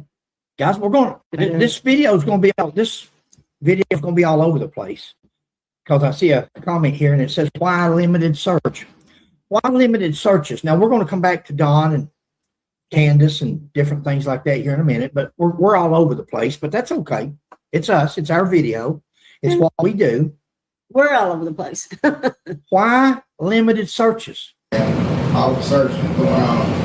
Thank you, Jeannie, so much. It's very hard. The volunteers are great, and we really don't need the general public. As the captain said, we've got trained professionals in the woods. We know exactly where they are, how they're doing. They check on routinely. We know how many's out there, who's out there, and we know when they come back. If the general public helps, then we will not know they're out there and we could lose somebody else. It's not just there. It's not just the TBI, the Hawkins Sheriff's Office. It's not. Why limited searches? Well, their excuse was, and we're going to play a video in a minute, but their excuse was that we don't want to have inexperienced people out in the woods. They might get lost, and then we end up looking for them. Okay. They're adults, ain't they? You're not going to let little 5-year-olds go out in the woods looking for a 5-year-old. It's going to be adults. Go to the nearest creek. Go follow that creek out. It's going to lead to somewhere. Follow the road out. It's going to lead somewhere. Come down off the hill. And like Sheila said the other day. About the air tag? Yeah. Maybe give them something like that, some kind of tracker thing and then you log it in as who's got this number or whatever. Get a bunch of air tags. That way you could follow them around. Give people air tags, stick in their pocket. You know, you've still got somebody out there. Better yet, look at where you're at.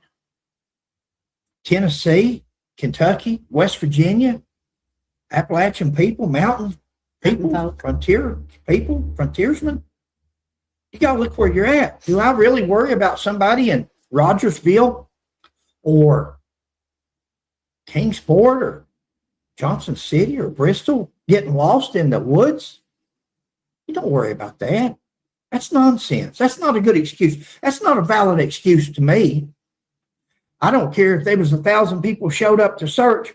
Put 1,000 people in them woods. Organize it the best you can. The more the better, really. The more the better. You're more Guys, apt. there's a reason for this. I'm going to tell you my opinion. I have an opinion about everything. My opinion is that law enforcement don't want to be outdone.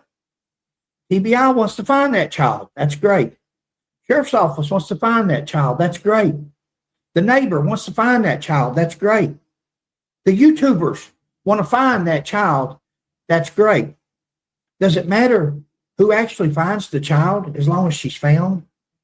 It does to some people. It does to some people.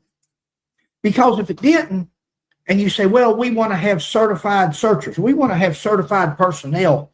So, okay, take your certified personnel and search that hill. Okay, we're done. I seen on there where they said, okay, we've moved out from the Baptist church. We're done. We've moved the emergency services command center. We've moved it. We're done. If you're done, then say, go search, guys. Have at it. Professionals have searched. You guys go search now. Open the woods up. Go search. Well, you can't hardly do that. What if they go search and you've missed something and somebody else finds it? Oh, how bad that would look. We would find the little girl. We would know where she's at today. We would know that for a fact instead of wondering, did they search good? Because I won't tell our plan, but there's people that saw people searching, 4 and 5 officers together in a line coming down a path. Right. Not spread out on a grid search, not up on the side of 2 hills in a valley. Wait, did I hear him right? He just said he's not going to tell. He was starting to tell, and then he said he's not going to tell. Oh my God. Oh, go ahead and tell it. Yep, go ahead and tell it. I mean, why not? You've told it before. Alley in a hollow together coming down a path. Is that a search? Is that a search for a 5-year-old or a body or clothing or shoes? Or Sheila and I, number 4 video I think we did on Joseph Couch. Sheila and I gets down, that's where we got them turkey mites all over us. Here's an area that hadn't been searched. Now you can see that there's no path. Nobody has been through there. And we're on video live. And she says, what are we going to do? We said, we're going through there. We have to. Nobody has searched. He could be in there laying up underneath that underbrush. Because see, just one person going through wouldn't disturb nothing, especially if he was careful. But if you had 10 or 12 people searching, everybody's traveling the same path, you're going to have a path. And we went through there and searched under every rock and cranny, wasn't there. We was eat up for 3 months with turkey mites. Yeah, we look up, we had chicken pox. I'm starting to itch right now just thinking about it. Sheila was looking at something a while ago, and I said, oh, God, we're going to get turkey mites. So we're probably going to end up with them again before we're through with this Summer Wells case. Guys, there would be nothing left of Summer Wells right now except bones. Probably not even a shred of clothing. You may get, and the animals, if she was up there, the animals has drugged here, there, left, and right. Skull or a femur bone, probably all you're going to find. I know I did graphic. live early. It's a graphic. Very early. This is the reality. This child's either with Jesus she or somebody's got that. her. I'm telling And you, through my we research. got to get her back before if she's been mistreated. Wouldn't it be grand? It's already happened. It's over with. It'd be grand if she was with somebody and she was being treated better than she even was with Don and Candace. That's great. Did somebody just want a baby? Did somebody just for a child of their own? And the husband says, hey, there's a baby for my wife or my grandma or my mother that's been wanting a child. I'm going to take her away from this life. We can give her something better. She deserves better. This child deserves better than what she's got here.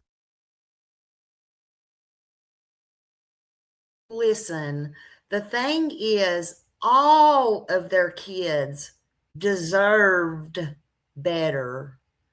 You had Don with his other wife trying to sell one of his kids out on the side of the road. That's a fact. They were just breeding machines. They didn't care about any of their kids. Obviously, you know, that's not defaming them. That's a true story. And when they come and got the boys, which, by the way, DCS did not kidnap any of their kids. And this is where it's different. This is where it's different than Sebastian Rogers' case. They didn't kidnap Sebastian either, but I'm just saying, this is where it's different than what Don says, than what Seth says. Okay? Don, even his own video saying he asked them to take the boys. It wasn't safe. I said earlier on, DCS is no babysitter. They don't just come out because you say, hey, come on, ring, ring. Can you take the boys? Can you take the girl? Can you take whoever? Because we need a babysitter. Ding, ding, ding. You got to use some common freaking sense here. It don't happen. And then later on, you want to say, oh, by the way, just because DCS is in the news or whatever, let's just get with Mullins here and whoever else and just say, oh, they kidnapped the boys. Get a grip. It don't work that way. Didn't happen. You would not do your steps to even get them back when they gave you the chance or the choice. Hell, you couldn't pay a damn $1 a day for 3 freaking kids. Now let's get on with it. Tell the truth. And the way her parents are. I don't think it's a sin, or I don't think it's accusatory to say that Don and Candace would not have won Parent of the Year award while they were parents. If our research is correct, and it could be wrong, and if it is, please correct us. If our research is correct, between the two of them, they have 9 children. How many children they got there the other day when we was there? Now, Don says you don't get to do that. CPS's You didn't know they had fault. 9 children. I don't. He blames it on CPS. You're hearing what everybody's Mexican saying Mafia. here. Now, stop it. Cornbread I Mafia. mean, like some BKs. Stop that. He blames it Stop on that shit. them, but 9 children, 4 different states. If we're correct, this ain't throwing a stone. This ain't pointing a finger. This is saying, hey, this is fact. This is truth with proof.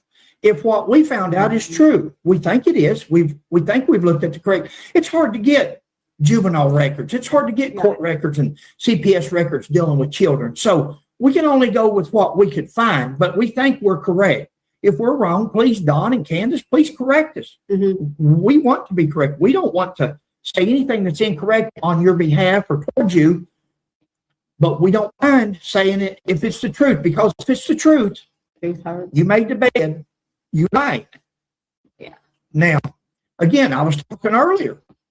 Somebody's house got broke into, a burglary, 2 doors down, a person's past predicts their future. 2 doors down, you've got a thief, a burglar.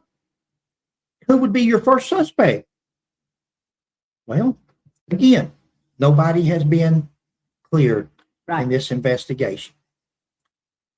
So I wish they would have searched. If they just wanted a certified searcher, search it, then let the general public in and have at it.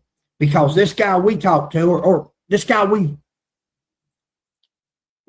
got information from, says that he observed officers coming out of the woods in a path. Nobody was searching. They was in a path.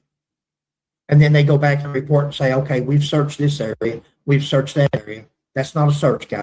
Yeah, sometimes you have to get off the beaten path. That's why Sheila and I found Joseph Couch, 500 foot. It's a wonder they didn't smell him. He was 500 foot over the hill from where they held their press conference at. Kentucky State Trooper Scotty Pennington, public relations officer, held a press conference, had helmets on everybody, flak jackets, bulletproof vest on everybody on the media, taking pictures. And Joseph Couch is over the hill. You could have threw a rock out and landed on his remains from where they held that press conference. He's standing up there on top of that hill saying, we have searched 28,000 acres. They may have, but they didn't search 500 foot over the hill. Or if they did, what was the reason for not saying, here it is? Was it overtime? Was it publicity? Was it, I know, I feel you. I'm just saying, I'm asking that as a question. Did somebody actually run up on, because we can't believe that nobody did. Yeah. We can't believe that nobody didn't see him. And if they saw him, did they say, hey, let's go somewhere else and search? We're getting overtime. We're getting all kinds of publicity, national publicity on this I-75 shooter. The smell was so strong. We don't know that happened, but we don't know that it didn't happen. And we've always asked the question between us. Yeah. And isn't it funny that after we searched for 6-7 days, they'd come up there on us, we told troopers after trooper, nobody was in the woods. Nobody searched for 6 or 7 days with us or around us until that last day. And when we went over that hill to search that area, we'd done searched west, south, and east. We just hadn't went north. When we went north and went over the hill to search, whoa, wait a minute. Here comes 4 troopers. I find it, after a 40-year career in law enforcement, I find it curious that they run us off. One trooper brags to another YouTuber. Yeah, we just had to run a couple of people off here. They bragged about running us off. We come back the very next day and actually find I-75 shooter's remains. Guys, there's too many questions. What if someone found something they missed? What if a regular bystander, a regular citizen from Rogersville, from Dent Hill, from Kingsport, or anywhere around there, what if they joined in the search and found something? Would have loved to have been part of it. Yeah. People were yearning to help. Women, men, they were yearning. Let us help. Let us do something. Oh, y'all stay back. We got to let the professionals. Guys, professionals can't search all those woods in the area that a child. You know, Sheila and I was curious last night, and she Googled. Sheila loves to research, and she Googled. Go ahead, babe. On how far a child can. 11 miles. I said probably 3 to 7 miles. I said, what? Google see what a child, what area they can cover in the woods, missing child. I figured 3 to 7 miles maybe. To 11. Forgot I was on mute. I agree. He doesn't have to keep saying 40 years career law enforcement. We got that. I mean, we know that. Thank you, NorCal. Thank you for hitting the thumbs up. Yeah, y'all please hit the thumbs up and let's get it out in the algorithm. We're trying to grow our channel here, trying to do better every day. You can do all the things, hit like, thumbs up, subscribe. That's all free. Share, share these videos. Thank you, YouTube Girly, for the gold coin. Thank you so much. I appreciate you so much. If y'all want to become a member, that helps support as well. Thank you so much. Thank you for the flowers. Thank you, YouTube Girly. Whoop, whoop, whoop. Thank you so much. Carmel says, I feel sorry for Sheila. She must get a headache. He said something a while ago about she was kicking him. He talks too much. Oh Lordy, oh Lord, that's funny. Yeah, and I can understand myself going around talking too much. Lord, my husband had to come in Waffle House and get me one day. Yeah, I mean, I can understand that. I can understand that. Thank you so much, Lord, for the clapping seal. Whoop, whoop. Thank you so much. I appreciate you, YouTube girly. Whoop, whoop, whoop. I appreciate all of you. I appreciate you very, very much. I appreciate all of you and all of your support. Y'all are something else. Yeah, he's long-winded. I can't really judge anybody on that.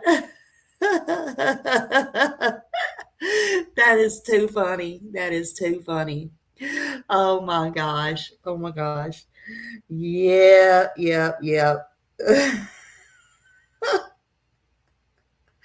That is hilarious. She's like me hitting the husband's leg. Yeah. And you know what's so funny about it? That's why she's hitting his leg, so nobody knows, right? Or so she don't have to speak up. And the first thing he does is, Sheila's hitting my leg.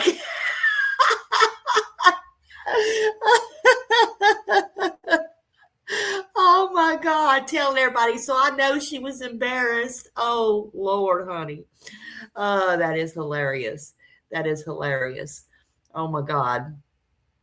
You're making ice salad. Oh my God. Yeah, his shins are bruised. Oh my God. But yeah. So yeah, he's pointing at her now like yeah. Oh, thank you so much. Thank you so much for the jewels. Whoop, whoop, whoop. Thank you. Whoop, let me ring my smiley bell. Let's smile through the hard conversations. That's what we're doing over here, smiling through the hard conversation. We are real people with real stories and real respect and a little bit of smiley over here. That's right. Oh, I appreciate y'all so much. All right, let's carry on. 11 miles. Up to 11 miles. They found him as far away as 11 miles and 4 days later, alive. 11 miles away from where they started. 11 miles away, and I think he says on here, we had 100 officers out here. Wow. No, you had thousands and thousands and thousands of volunteers that would have hit those woods without giving it a second thought.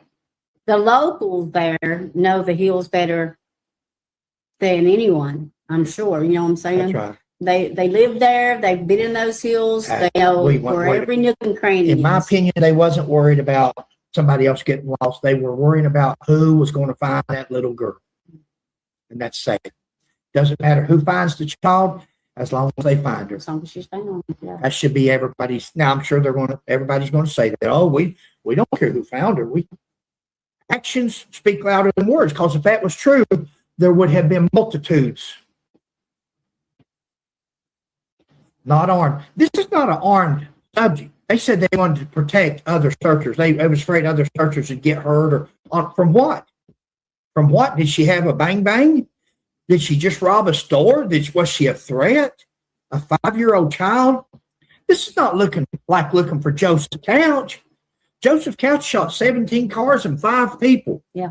He was armed. That's now you need to be concerned probably. Now, and that's why I got so touched at the end of the search when it's all over with, because somebody wrote in the comment and said, "It's a wonder, you idiot. It's a wonder you didn't get your wife killed." And it hit me, and I thought, God, thank you.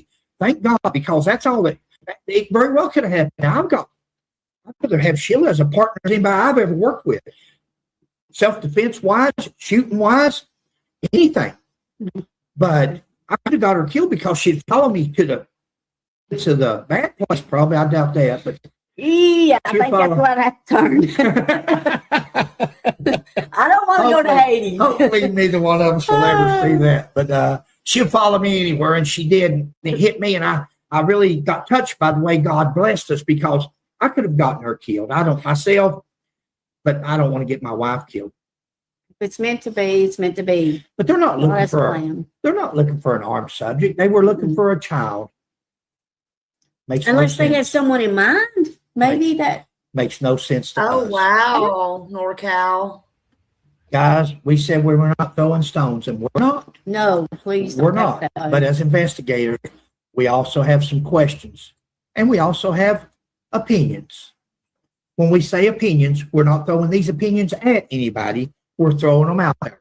If they hurt your feelings, if you feel they're towards you, then do some self-checking maybe. Hey, if the shoe fits, honey. In our research, we have seen some concerning factors.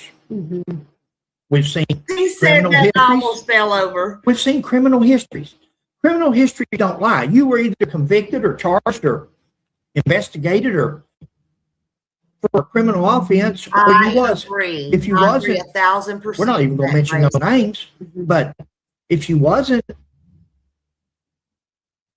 then does it make them guilty of anything? Does it make them guilty just because a person has criminal histories of other offenses, and some of them even domestic violence, some of them we don't even want to talk about. Some of them didn't even want to talk about, don't even bring up. That still doesn't make them guilty, anybody guilty of doing anything with some. But is it called a clue? Could it serve as a clue? Could it serve as a... Doesn't make them guilty of anything. Guys, there's one son. Absolutely. Well, I'll say this first of all. There's 3 boys there that day. Yeah, There's Grandma, yeah, Candace, yeah. and Don. Yeah. Not pointing a finger. I'm telling you facts. I'm going by facts as a police officer. Exactly. So you've got the 3 boys that supposedly Here saw we her go, come 40 in years. and go downstairs. Mm-hmm. Those 3 boys. That's Don said that's the last 3 that seen her, and that's what they said, that she come in and she going downstairs to play. Now one of them's getting ready to turn 18 years old. Yeah. One of them's almost 18. Mm-hmm. What's those 3 children say? What's those 3 boys been saying over the years about their life? Have they ever said that they were SA'd? Have they ever said that they were mistreated? Oh my Have God, they ever it's made not any allegations anymore. whatsoever? They're away from home now. They don't live there now. They're protected. They're forevermore. They're not coming back home until after they're 18. Is this 18-year-old boy, when he turns 18, is he going to come back home and say, hey, Mom, hey, Dad? Is he going to do that? Or is he going to stay as far away as he can? If he stays as far away as he can, that's called a clue. Honey. It's fine. He's almost 18 years old. What's he say about this? He was 12 at the time, wasn't he, babe? Yep, 12. So 12 years old? No. Who has a problem remembering when you were 12? Law enforcement asked him what happened to son. Or was he ever mistreated? Mhm. If CPS allowed Don and Candace to give up children in lieu of prosecution, they're as bad as the parents are. I'm giving you my opinion, guys. That's why Sheila doesn't do lives with me. But that's still my opinion. If CPS charged Candace or Don, or had evidence. well, if they charged them, hon, they had to. I'm going to say this. There's things Smiley knows because everybody comes to Smiley, okay? Behind the scenes. Well. Sometimes Smiley can't keep her mouth shut. But y'all know Missy, pretty lady. I'm going to try to do this. Y'all can read between the lines if you want to. You know, Miss Pretty Lady that Summer loved to just love her hair. You know, she had a little sit down giggly with Mr. Chris McDonough. You know, Smiley's put her on blast a few times back in the day. Well. These boys, you know, she had her backpack ready to go on a field trip when Summer come up missing, oddly enough. Smiley's got a lot of flack for going after her. Mm-hmm. Mm-hmm. These boys was all together and in a good home. Great home. You asked how I know. Well, you know, people know people, know people, know people, know people. You never know who's going to know who's going to know who's going to know who.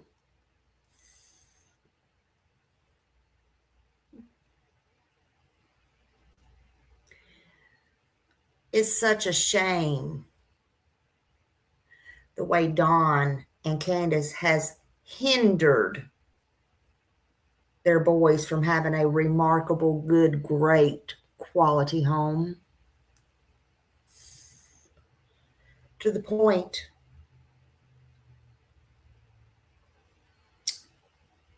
Miss Cutesy giggly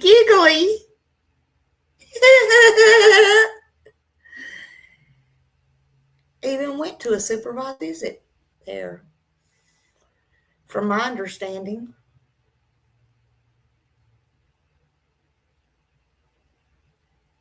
Don't know what was said. Don't know how it was said. Don't know how the intimidation was done.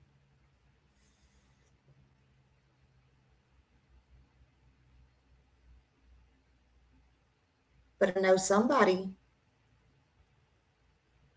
run off, allegedly.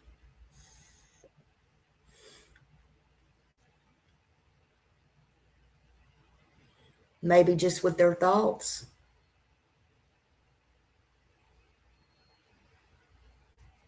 But I know that this person and the basic cause of it, Dawn and Candace,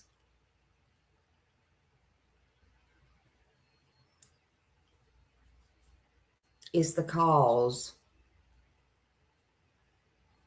of these boys being broke up out of that home. And they are still fighting to be back together. And that's a fucking sad, sad thing. Because in the state of Tennessee,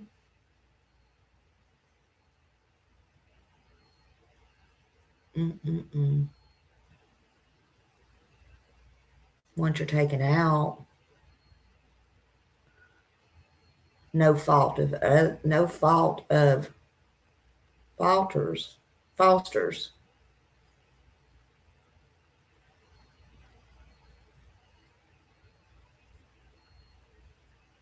Always. It's hard even if it's not impossible, to get them all back in the same place. Even if the children are saying, whoops, I made a mistake. It was my mistake. Shame, shame, shame, shame.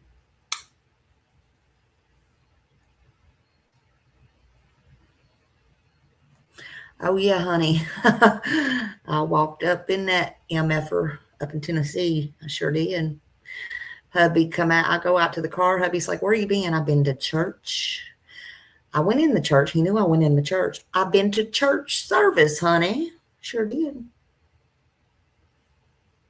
Oh, by the way, Kathy, hello to you too. You didn't have to send nobody to tell me. Hello to you too, honey.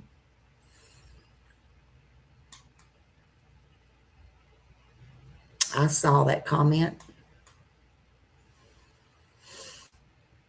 Yeah, I agree.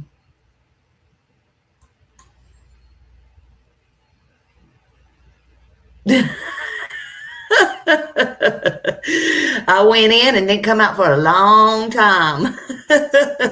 Did I, Miss Grace? Sure did. Smiley ain't scared. Well, Smiley got to be scared about.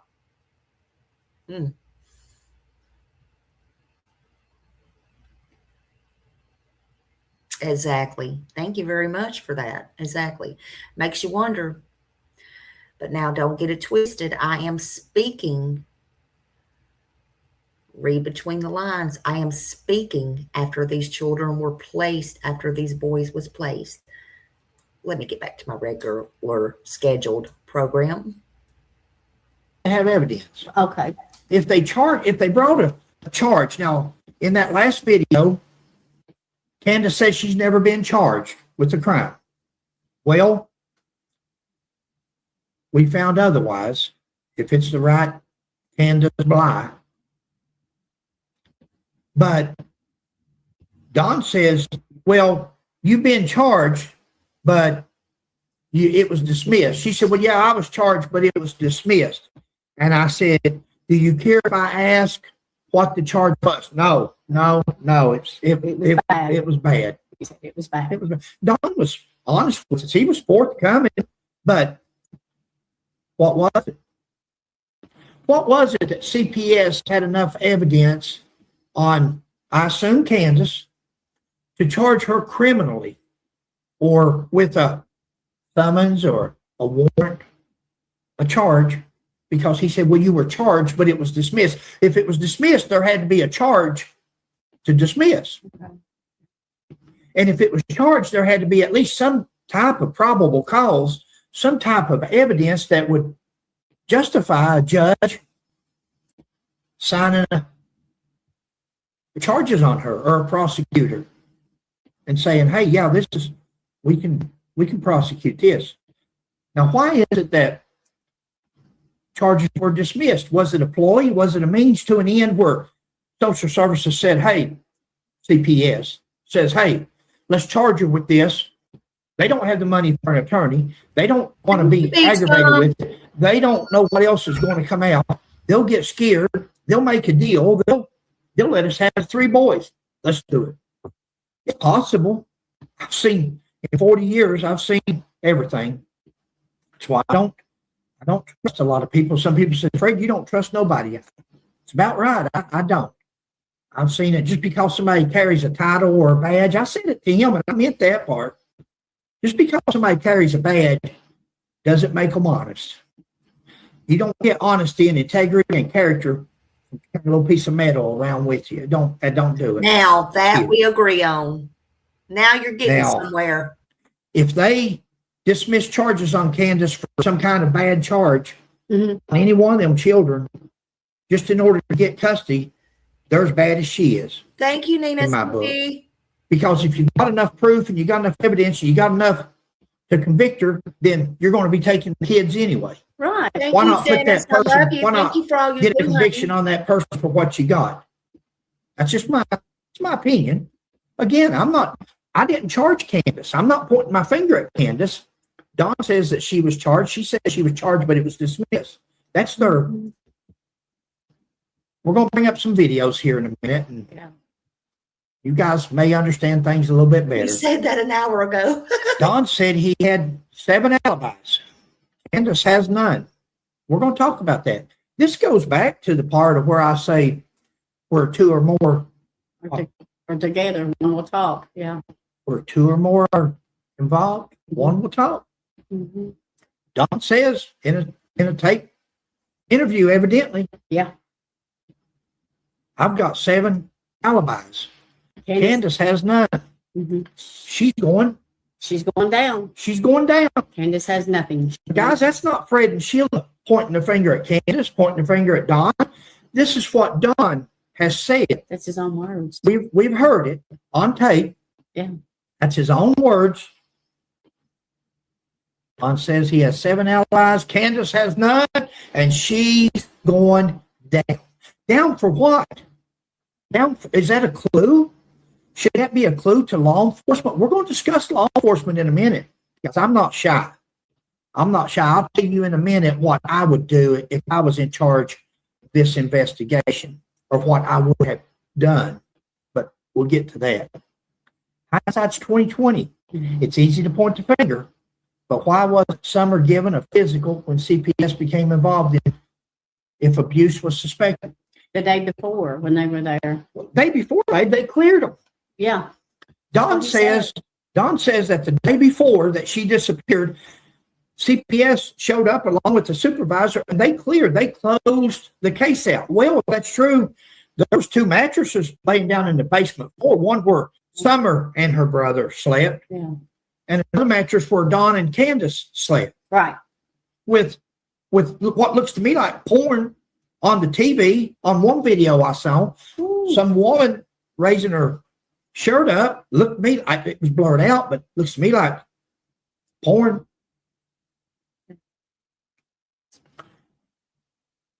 CPS, when was CPS called in to start this investigation? See, I'd like to ask that question while we were there, and let's go back to this. Again, I'm not pointing fingers. I'm telling you, as a police officer, what I look at. Every time something would come up or I would start asking questions, I'm going inside. Well, she'd go inside. Yeah, they're not going to clear a case within one day. They're just not going to do it. Usually it takes at least 30 days. They're just not going to do it in one day. I don't believe that. You're not going to make me believe that. That's just my opinion. And I think, Don knew that. Yeah, I don't believe they were cleared. And I think they were scared Summer was going to talk. It's just wild.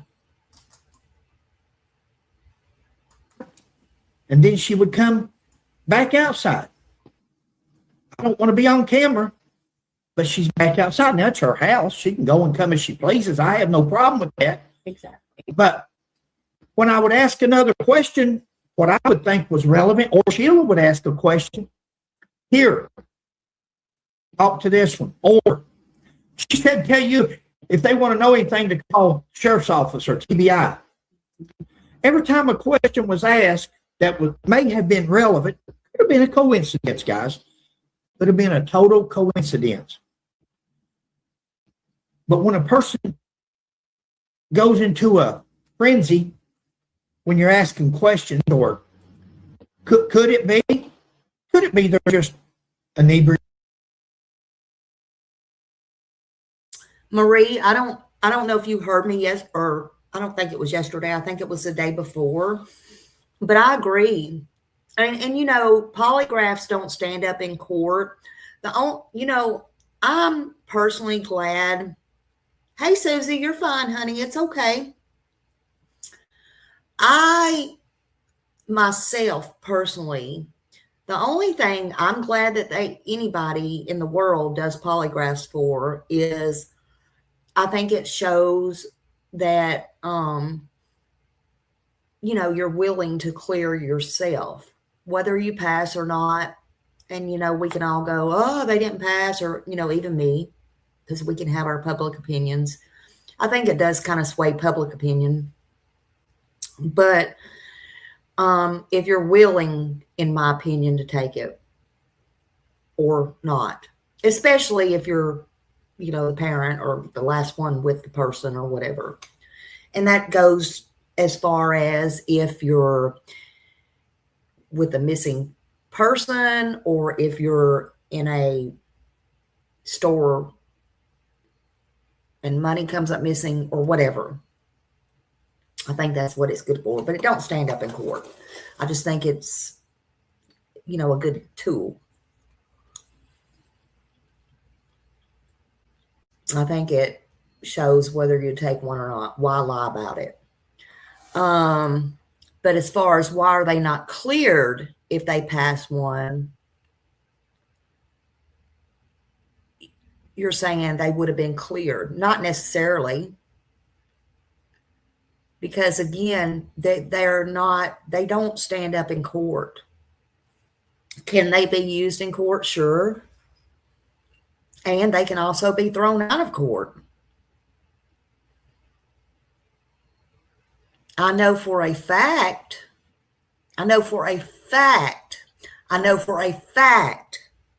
I know for a fact,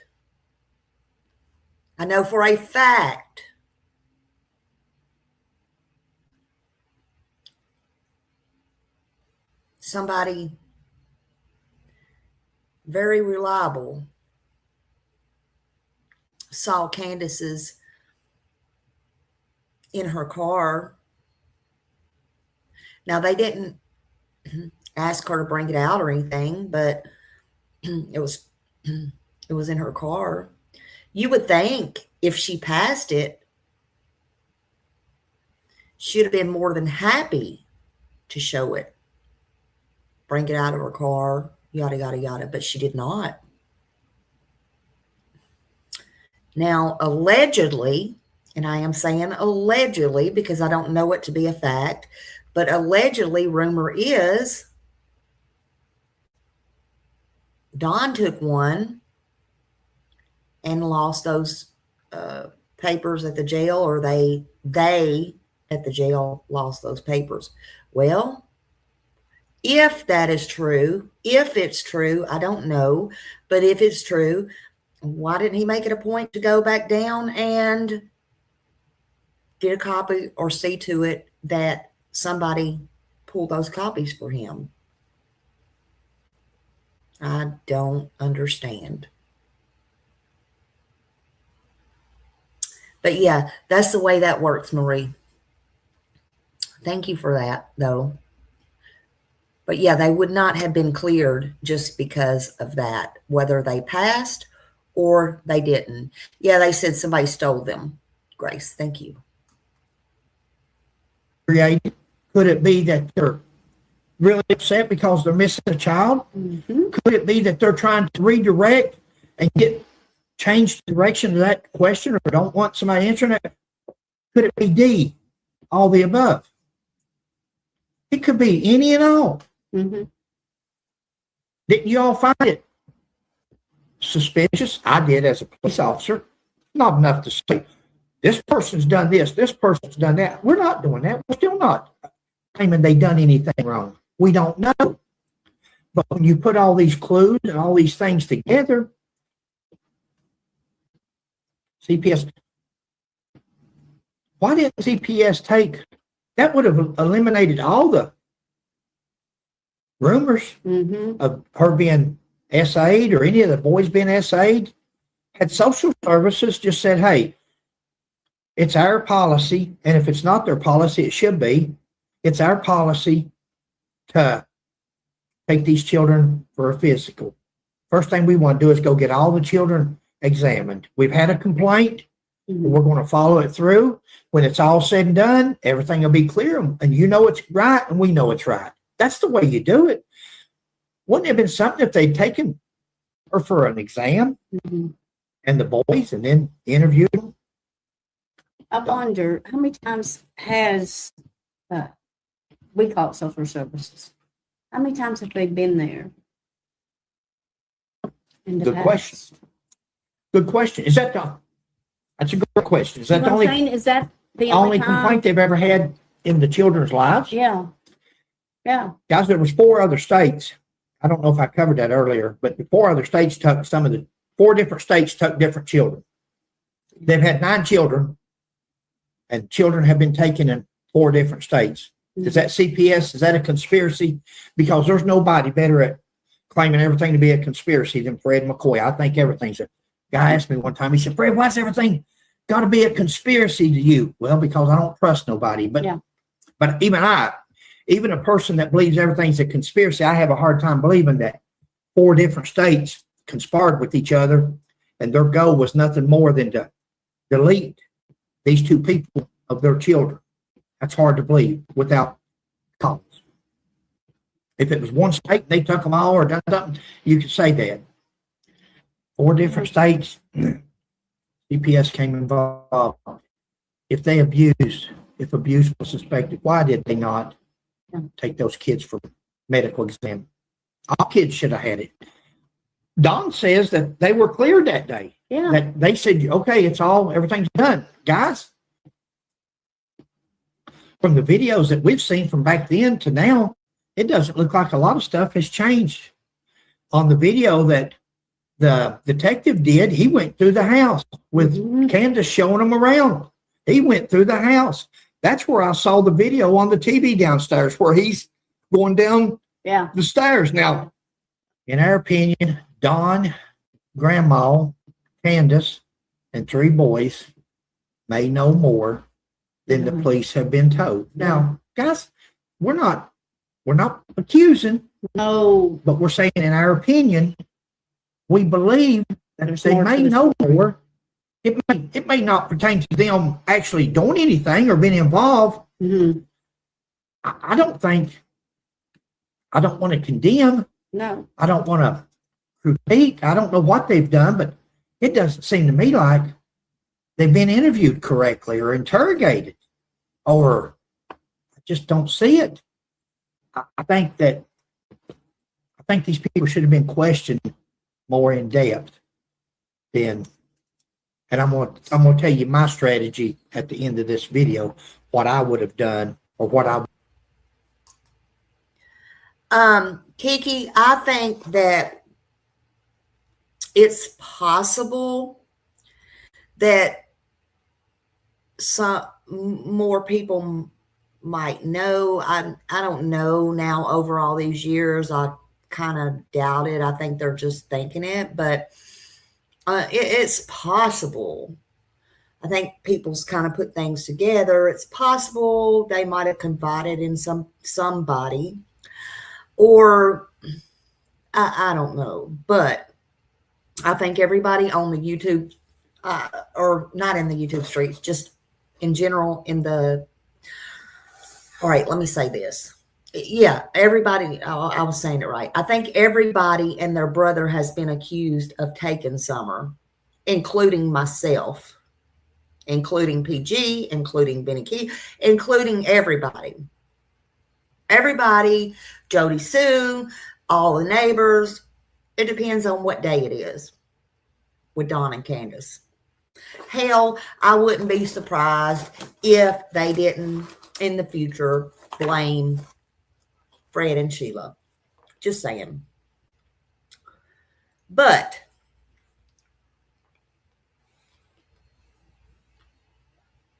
in my personal opinion, I don't think anyone. Now, let me reel this back in. Does Hunter know? Possibly.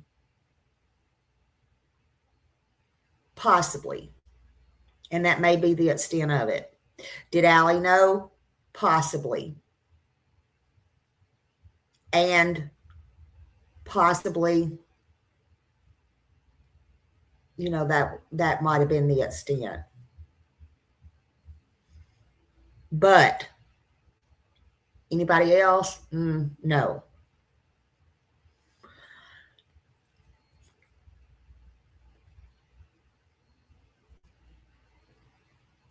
I think it lies with Grandis, Candace, and Dawn. That's hands down. Period. Hands down.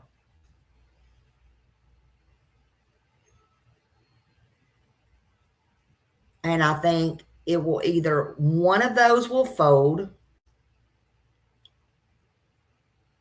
Grandis will either die with it, or she'll fuck up like she did on that interview.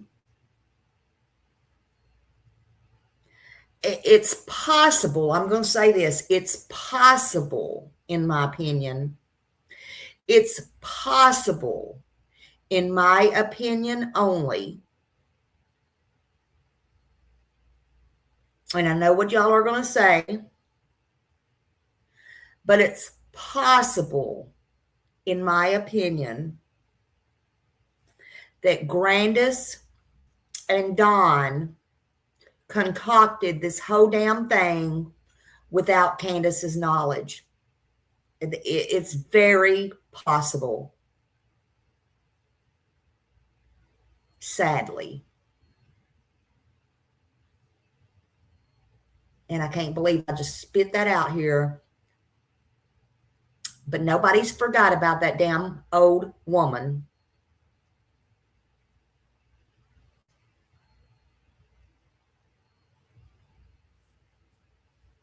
So you wanted my opinion? You want my truthful opinion? Don't ask me unless you want the truth. Oh, you're welcome, Kiki. I would do tomorrow if it was me. Somebody said, I don't believe that Dawn and Candace have anything to do with Summer's missing. Sheila and I agree. Sheila, that was one of the statements. Somebody said, I don't believe they got anything to do with it. Sheila and I agree.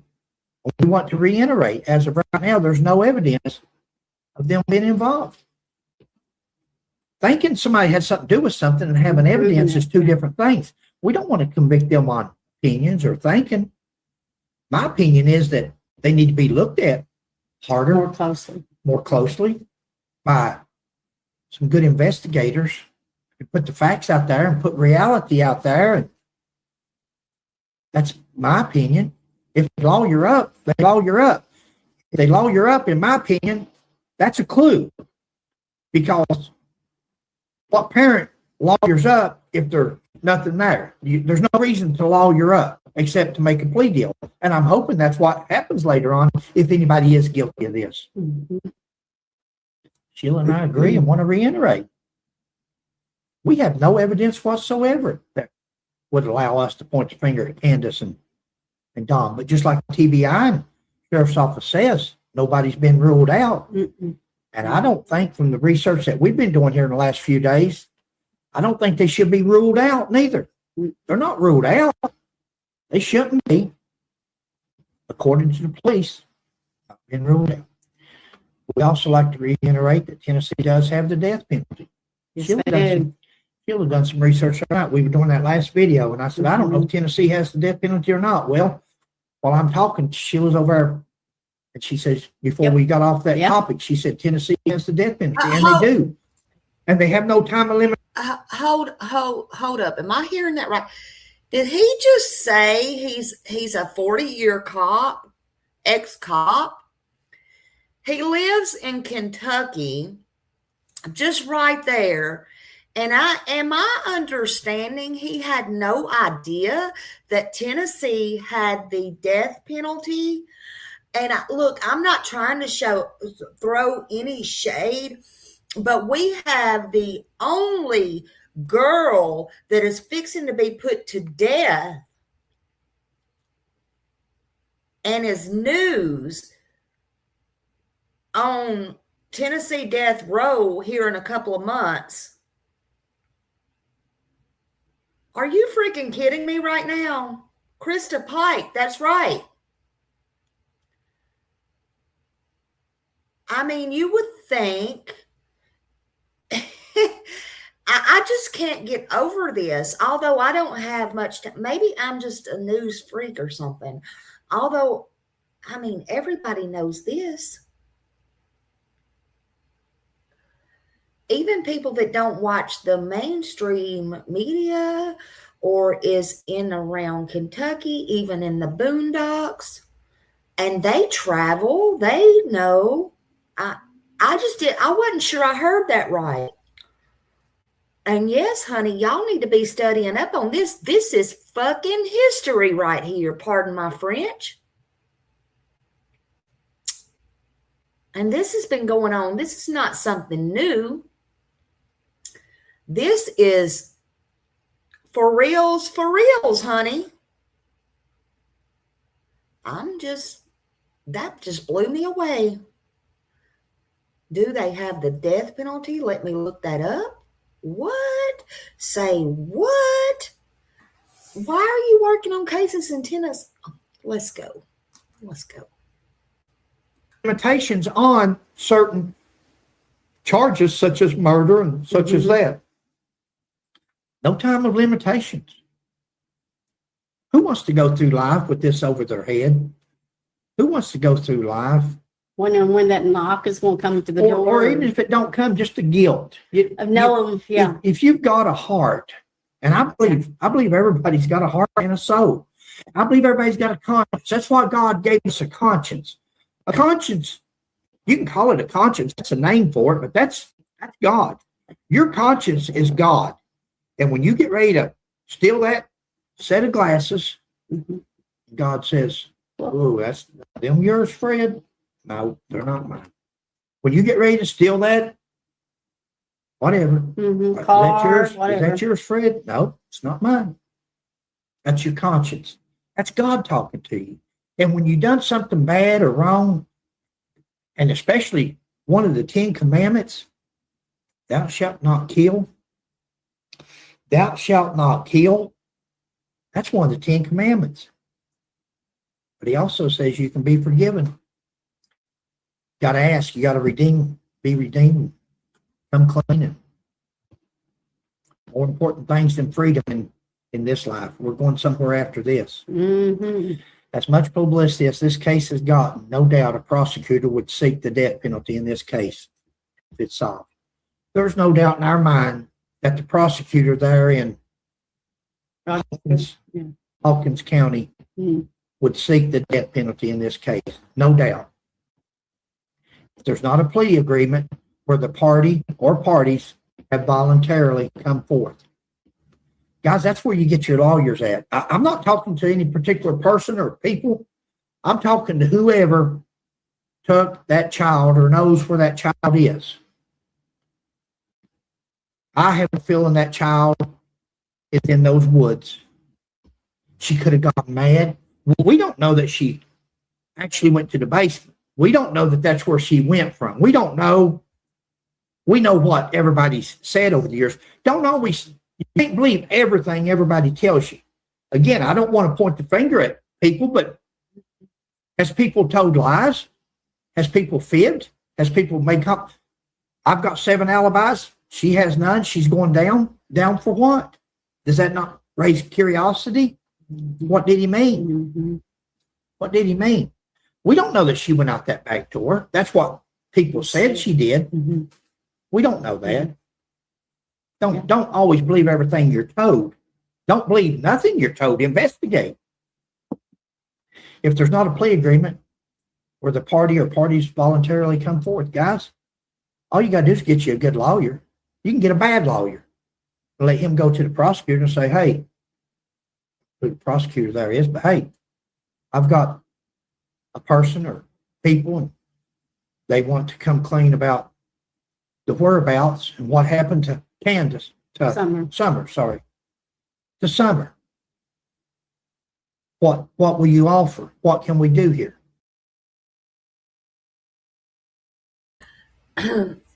See, not everyone is, and we can have different opinions. That's okay.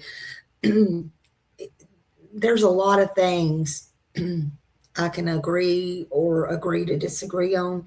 But when people intentionally hurt children, I struggle very deeply with that because, well, really I don't, because there's a lot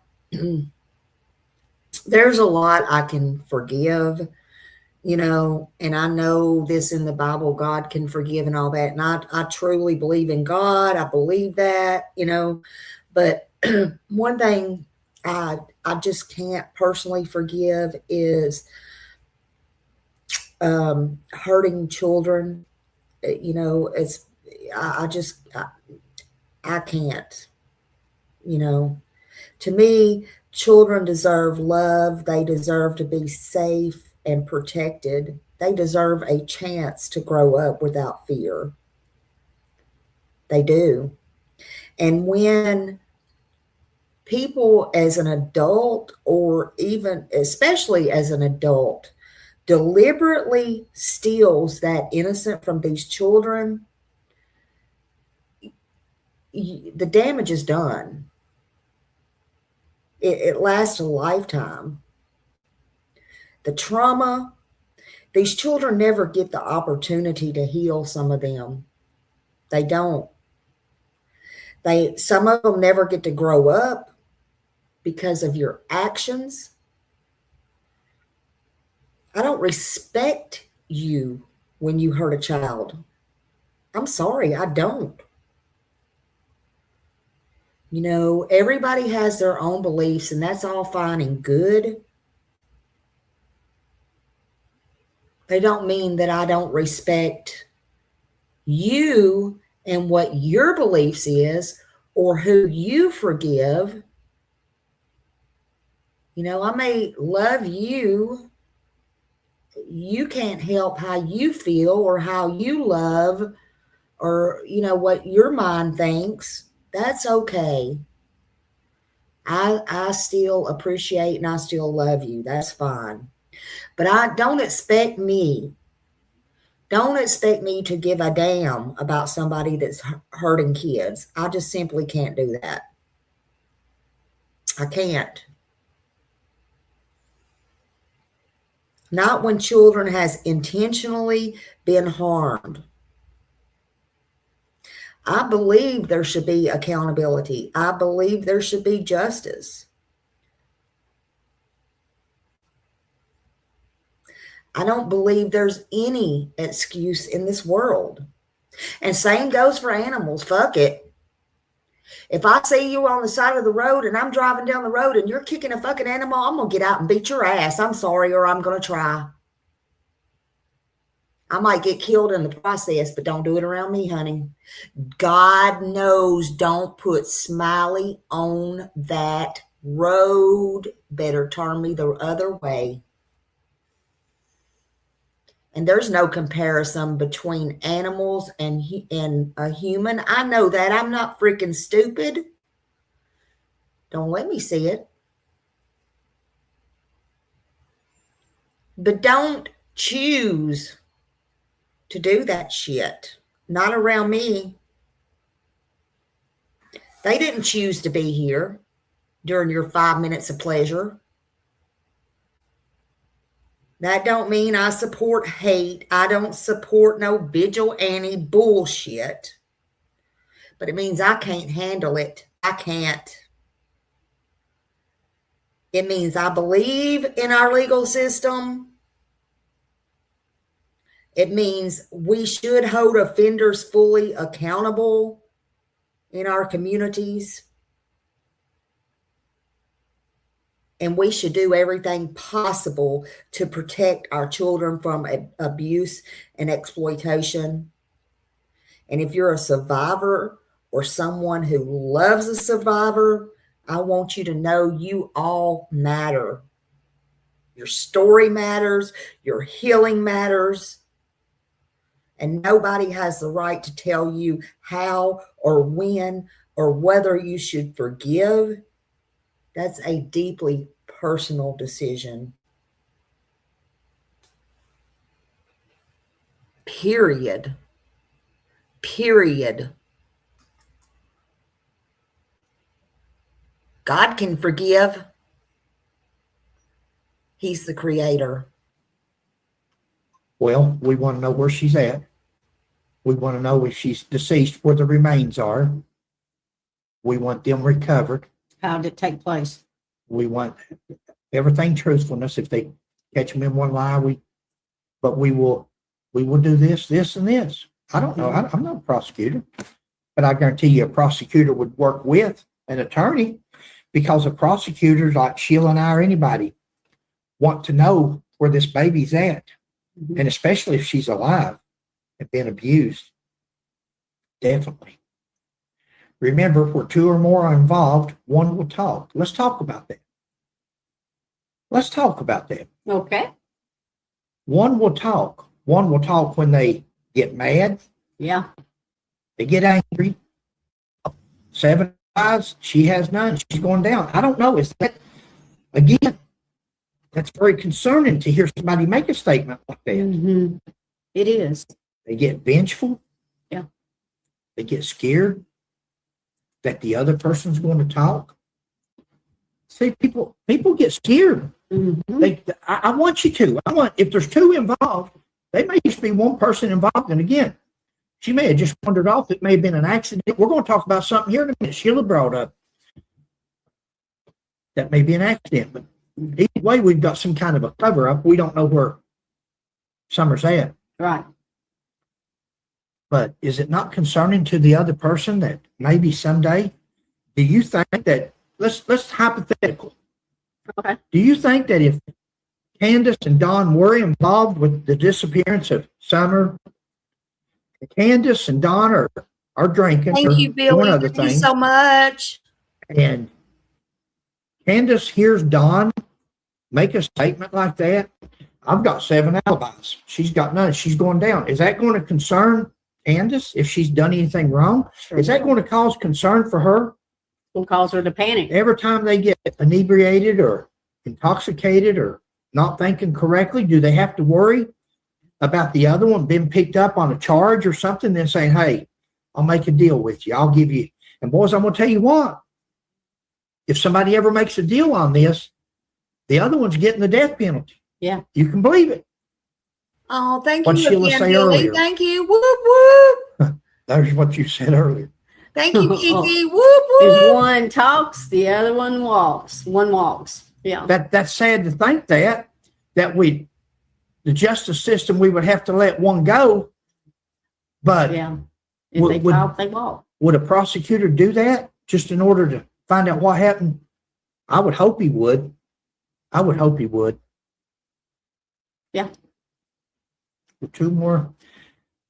Speaking of death, the other person always has to look over their back because dead people don't talk. Dead man or a dead woman doesn't talk, guys. So if there's 2 of you involved and you're scared, wait a minute, I'm afraid he's going to get drunk and say something. I'm afraid she's going to get drunk and say something, or intoxicated or drugged up or whatever. Talking hypotheticals here. This could be anybody. This doesn't only mean, again, nobody's ruled out, but does either one of them, if there's 2 people involved, does either one of them ever think to themselves, wow, I could wake up dead. I could get an overdose. I could get a shot and be overdosed while I'm sleeping. I could be. You had a case like that, if you remember. I could be. Yeah, I had a lady that her husband was a bank robber. Her husband was a deputy sheriff.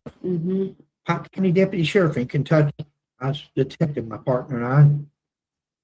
She came to us. He'd been robbing banks. Put this deputy uniform on underneath the coveralls. Go in and rob a bank, take the coveralls off, drive down the road like he's looking for the bad guy. He's looking for the bank robber. She came to us. He was going to kill now. He'd already allegedly killed. He didn't allegedly. He actually took a picture in one of my things where we were out there digging. Had a shovel in my hand and a bulldozer behind us, and they're digging a trash pile trying to uncover her ex-husband's body where this deputy sheriff had killed her husband for insurance money so he could have her. Now she's concerned that he's going to kill her. And she came to us and took us to where another body, one of the fellow bank robbers, had been killed. We found his body, the cadaver dog. So, yeah, but she was so concerned. And in fact, they end up down the road indicting her on charges also because she was involved in some stuff. So she didn't get off completely free. But she was so concerned that he was going to kill her that she rode over on him. Now, this is a little bit different story. This is a child. Right. This is Tennessee. This is one of the most publicized stories that's ever been in Tennessee. And you can bet the death penalty is going to be on the table. Guys, you can't shut the door after the cow gets out. You got to make a deal while they're still making time. Once somebody tells on the other one or does something, you can't come up and say, wait a minute, I want to tell you my side. You get it. Get it. Done hold it. We done got you. You're had. You're going down. Sometimes the perp simply starts feeling guilty and tells himself it's either S side or I'm going to have to tell the truth. It gets so unbearable to them that drugs, alcohol, nothing can fill that void. They know they've done wrong. It's just a something inside of them they can't. And I've worked enough cases of people like this they tell you, I knew I was either going to do this or I was going to turn myself in. It was either S side or I'm going to turn myself in. Yeah. I got to tell the truth, but I've got to do something. Yeah. Serve their time and get out, go on about their lives. Still life. I've used one person against another many times, and I have. We say it's better to get one as neither. If there's 2 people or more involved, I'd rather have one as none. And I'm hoping the prosecutor there feels the same way. I'd rather have one person and know what happened to this little angel than we would to go forevermore and say, well, if we ever get them, we're going to throw the book at them. I'll tell you that. If we ever get them, we'll throw the book at them. Well, let's throw the book at one of them. Let's throw the book at one. Let's throw the book to the one that was late in coming to the table. What's that? The early bird gets the worm. The early bird gets to buy. The early bird gets to move away, go somewhere else, start over. Nobody knows. Lord. Grace, I am dying. I am dying over here. And show poodles, I don't think so. I done forgot. I done forgot. I don't think so. Last video I saw was the one of Ronnie Lawson. I may be wrong. I done ate some popcorn, honey. I done ate some popcorn. Kiki said, I don't think so either. I wonder how many bruises he's got on his leg. Y'all, I need to stop. Sometimes we gotta laugh. We gotta laugh to keep from crying. Oh Lord, y'all are too much in here. You're too much. Listen, let's smile through the hard times and the hard conversations. Truth with a heart, the smiley way. Whoop, whoop, whoop. Truth, facts, and a little bit of smiley. I love all of y'all. Lord. Knows you. You're free. Lesser charge, whatever. Yeah. Or lesser charge. I mean, that's up to the attorneys and prosecutor. Right. I'm saying if I had to let one of them go completely, that's me talking. That doesn't mean they go by anything I say. Right. But I'm telling people, if there's two or more involved right now, if I had to let one of you go and move away, as long as we got the other one and we got that little baby, know where she's at. That's what it's about. The one who walks away gets the deal. The one who talks gets the deal. Yeah. The one who talks gets the deal. Death sentence to the other. Yeah. Like Sheila says, one talks, one walks. Same one that talks, walks. Right. Sometimes sad to have to let one go free, but it's a means to an end. Sometimes that's all we got, guys. But it's better to let one go free than it is two people go free or five people go free, or and still not know. Yeah. When it's that, or never knowing where Summer is, or if she's dead or alive, we'd rather make a deal. Drug overdose, set up, like self-defense. You know, have you ever seen people just go off the wall and you think, wow, if that person went off like that on me, wow. Or that one went off on me like that, wow. Or there's tapes, or there's criminal records where people's got domestic violences and they've been accused of doing something and there's criminal records of this. And then all of a sudden that person comes up dead and cops come, they say, well, and say, oh, he attacked me. Oh, she attacked me. Oh, they attacked me. I had to defend myself. Well, what's old saying a while ago? Dead people don't talk. You've only getting one history here. You're getting a person laying there on the floor dead, and you're getting this person saying, hey, I've had domestic violences. I've had reports. You've seen on videotape how people can act and carry on and how dangerous they sound. Because I've heard this on a lot of people. I've heard videos. Sheila and I have been researching. Yeah. And there's where people calls in to people's YouTubers and go off. And you're thinking, wow, I would consider that threatening if I heard that. And then they say, I had no choice. I had a butcher knife. I thought they was going to kill me. I had to defend myself. That's all the cops got to go on, guys. As a police officer, that's all you got to go on. And that's what the other person, if there's two people involved in this, that's what the other person's got to worry about. When you lay down at night thinking, is this person over there thinking beside of me that I'm going to roll on them? Because I'm laying here thinking, are they going to roll on me? get mad and If you're thinking that, didn't. don't think they ain't thinking it. Who's going to get there first? Who's going to do it first? Guys, we want to talk about this red truck. We're going to show a video here. This is very interesting, guys. Very, very interesting. Right here, let's start This with is this one. pertaining to the red truck. So the red truck, the business about the red truck, they're saying it's like a 1998 to 2000 maroon or red Toyota Tacoma. That's pretty specific, with a bed ladder rack along with white buckets in the truck bed. Who saw that and was so smart to get all that information and then remember it and then actually regurgitate it? Whose information is that? So it was a witness in the area who believes they saw that red truck. Now, guys, very interesting comment right there. Yeah, that was. It was a witness in the area. Mhm. It was a witness in the area. Now, you got to remember the red truck had ladder racks on it and had a bunch of white buckets in the back. White drywall buckets, paint buckets. Who's a drywaller in the family? I'm not pointing fingers. As an investigator, I'm asking questions. Would that be somebody's truck that would be into drywall? Could it have been somebody Who's the working drywaller in the with family? Don, or Lord. somebody borrowed somebody else's vehicle? He says it was a witness in the area. Mhm. Well, we know it wasn't Don because Don says he was in Jonesboro working. He was on the job. Let's play this second video. This one here. Okay. Road. He lives he in wouldn't town have- in some nice house somewhere. Okay, he don't live on my But he road. wouldn't have an idea of it. He just has. I no know clue. my road.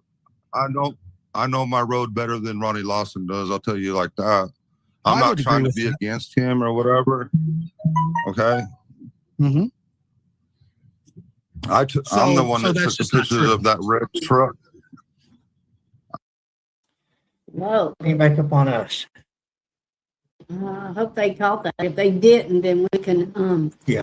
I'll put. I will have you right here to play it over and over 2 or 3 Woo! times. Oh, thank you so much, Billy. Over and over. Thank First of all, you. Brian Ian said that Woo! a witness Hmm. saw the red truck.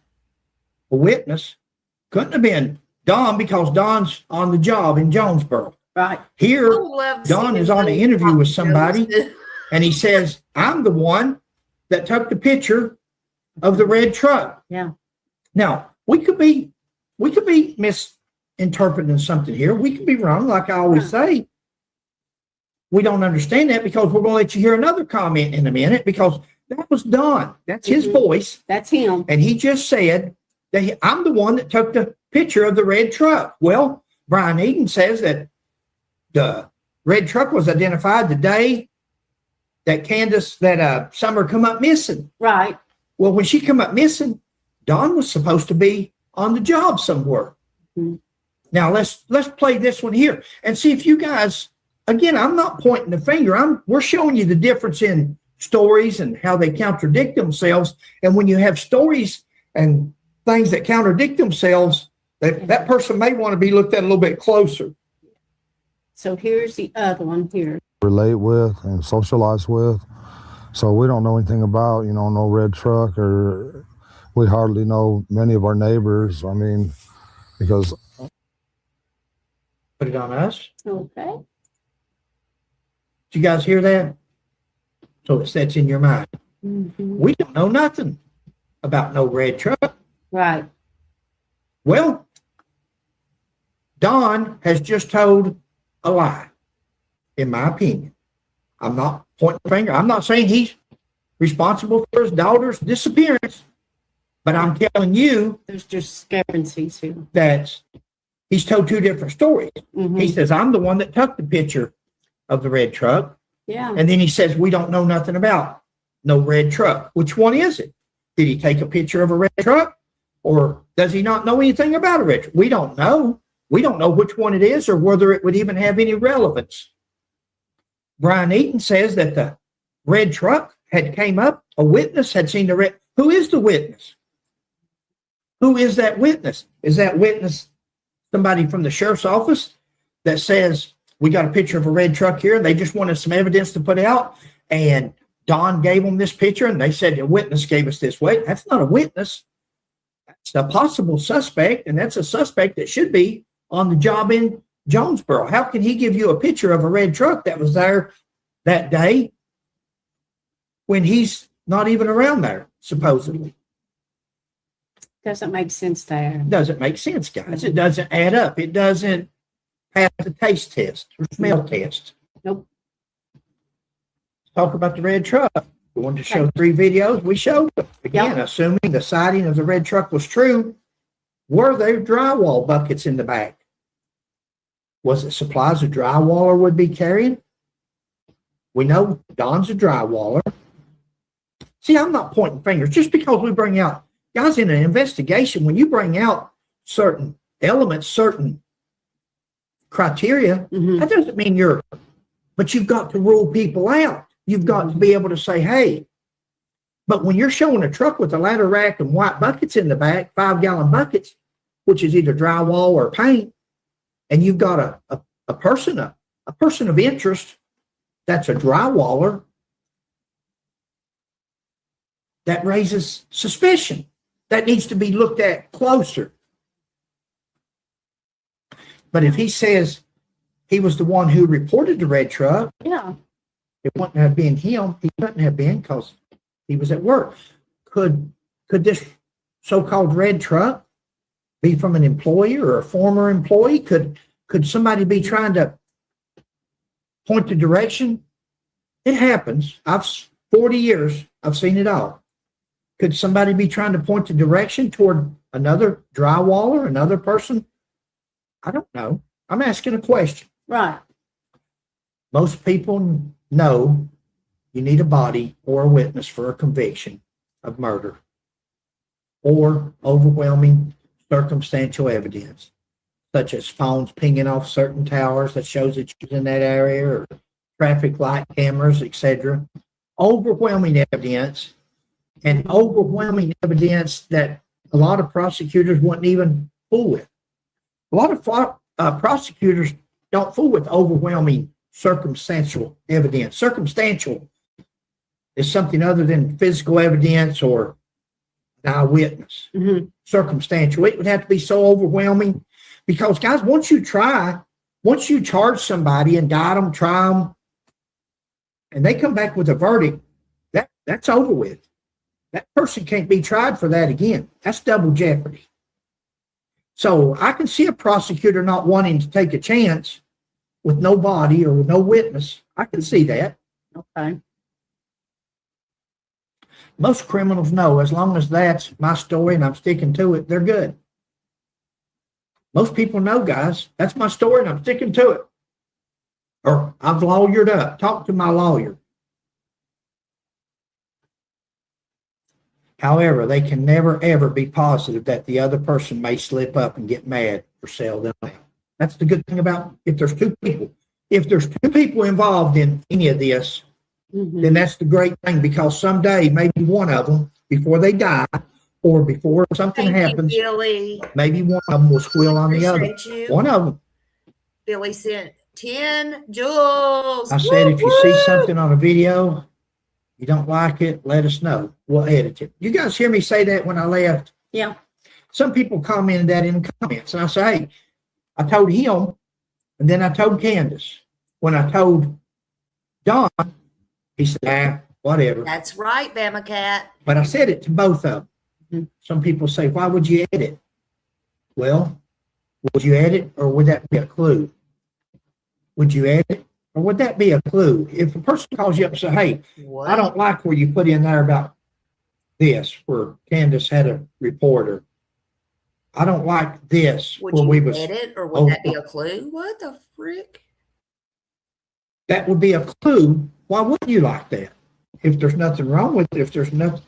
Now, Candace and Don, neither one has contacted us and said, hey, take this out, take that out, edit this, edit that. I wish you hadn't put this. Neither one of them has done that. We think it's good. We think it's good. Honest, I don't think neither one of them has contacted us and said, take this out, or because if they did, as an investigator, don't let me put no we words would in find nobody's that mouth, interesting. honey. And we would even look at that even more closely. That would be a clue to look at that even harder. Yep. Right, babe? Exactly. I agree with that one. What we were looking, huh? I said there'd be something that Yeah, would not that be part. missing, so we'd go back and check it out again to make sure that we've covered all the bases on it. We would look at it harder because there's some reason they don't want us to have that in there. They didn't contact us. So again, that's what we were looking for is that there would be a clue of something they didn't want out. They didn't contact us. Again, it's not about the parents. It's about Summer to us. But we want to be fair. That's me and Sheila. That's why we wrote. We want to be fair with everybody. Sure. We're not beyond pointing the finger if it ever comes to the point where there's enough evidence or enough proof to say, hey, what did the boys see? Oh, the boys are such critical. That's crucial, huh? That's major right there. The boys are crucial, especially the oldest one in this case, to go back and see. I hear he is going to talk. Maybe We hope those boys talk maybe y'all can get an as interview. they get older. I'm Fred, Sheila. We have seen Maybe. polygraphs We'll and see. comments reference to a sheriff, Brian Eden, but can't find the video. We've seen other YouTubers that says, well, they took polygraphs and the sheriff said they passed them. Well, he told us they took polygraphs and passed them. We've seen other YouTubers report it, and we've asked other YouTubers, where did you see that at? We can't find that Brian Eden video. In fact, we were on there years ago on that show, and we still had their phone number in our phone. When we found the I-75 shooter, we called and talked to Carrie, and Carrie couldn't remember it. It was late in the day, and she was going to look for it later on and so forth. But we still haven't seen where Brian was interviewing the sheriff, and the sheriff said both of them passed the polygraph. They could be out there, and that'd be great to see. I can't see it. I really just can't see a sheriff, a public official, saying somebody passed or failed a polygraph during an active investigation, an active and ongoing investigation. I just can't see it. Could have happened. Anything's possible. May be true, but without proof, we must assume it's a spread by rumor. Yep. I don't.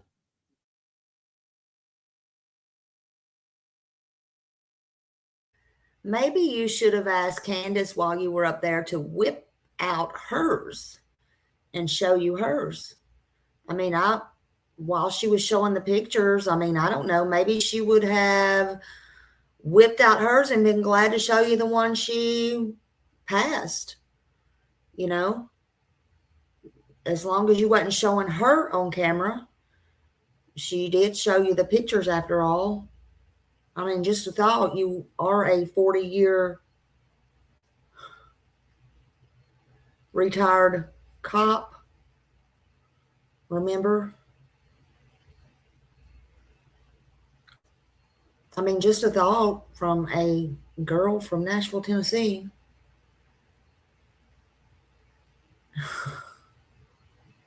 Yes, absolutely. It is so unreal. It is so unreal how many that they have going missing per month. It is unbelievable. 500 to 600 per month. You know, Nashville is becoming so dangerous, and it's one of the worst places to live, honestly. Hey, Seth. Hello. Good to see you. Ladies and gentlemen, take notice. The individuals on the screen is why dating your cousin, no matter how many numbers it is before, always had you. Seth, personal question. What would you take their call if they called you today? I'm just wondering. A lot of people is wondering if you would speak to them today. I'm just wondering. No, they don't know why they didn't call you to begin with. I don't know why everybody leaves Seth out. I'm just saying. We don't know. No, you don't have to answer that, Seth. You don't have to. I'm just wondering. This is a trip. Oh, Lord. Everybody wants to leave Seth out. I think it's wrong. I think it is wrong. Yeah, where's he been all day? He's probably been sleeping. He stays up all night with night court. I know what he does. Hell, I fell asleep again early last night. My God, I was in my chair in here and I fell asleep. I did. Y'all, let's take a little breather for a minute. And then when I woke up, it was only, I say only, I've been trying to stay up a little bit later here lately, but it was like 12 o'clock. And I'm like, Jesus. So I finally went and got in the bed. So I don't know about y'all, but I was just tired. I had been wore slap out.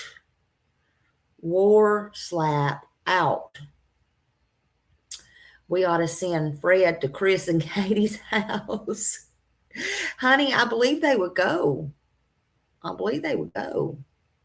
Yeah, make it make sense to call a person who hates the child, wishes they were dead. Exactly. Make it make sense. I can't make sense of some of this. I really can't. You know, and again, not trying to throw shade, although I know that I've been kind of doing that. And, you know, I apologize if that's the way it come out. But it is what it is over here at Smiley's World. But again, with this one, like it was the other day, I had to stop it for a little bit over 4 minutes, not 5, but a little bit over 4 minutes in, because some of the things I was hearing, I was like, holy cow, I can't sit through this 1150 times. I got to stop and do this with my chat because this ain't even making sense, honey. So, yeah, it's wild. It's wild. But all right, let's carry on. Big smile, shoulders back, sit up straight, get your coffee, be kind, seek the truth. Here we go. says, I will, Smiley. Don't worry. I got all the shade they need. Ooh, Lordy. Ooh. Here we go. Now, Don says he passed the polygraph, him and Candace. He says his papers are gone. Somebody the jail stole his papers. Candace has her papers. Of course, I could be wrong, but I believe that's one of the times that Candace either said call the SO or TBI or got up and stormed out and went back inside again. Because our next question would have been, can we see it? Yeah. Can you show us Candace's? That would have been our next question. But something happened. I can't remember, and I could be wrong. Maybe I changed the subject. Maybe Dom brought up CPS again. I don't know. I don't think she was outside at the time, but I could be wrong. Oh, yes. Oh, during the polygraph. Yeah, she was out there when he was talking about the criminal charges where she said, I ain't never been charged. Okay. Well, maybe that's why, but something we didn't ask. Right. I'd like to sing Candace's. Yeah. That would have been great. That would have been a great time to show us that. I would find it shocking that an active law enforcement officer would tell that publicly. Either way, whether they passed or failed. With Don's past, Don's been around the block, guys. Don will tell you this. Don, I got on here somewhere. This is a tough guy. He's been through it over the years. Don is a tough old man. You guys can look at him and think humble. He was very gracious to us. Go ahead and tape. You can tape me. You can do this. You can do that. No. Very gracious. Like I said, y'all were snowed. Guys, that guy would tear somebody apart if he gets in the right frame of mind. Oh, come on. That guy has been, I'm giving you my thoughts from a man that's with the criminal history, the criminal record that he's got. I don't think he's a wimp. Let me put it like that.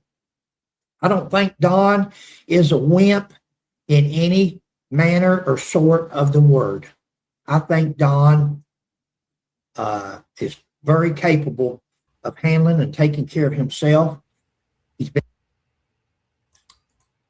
Listen, looks deceive, but let's say this. I will say this. But however, You got to remember, did you not know about this part of the story?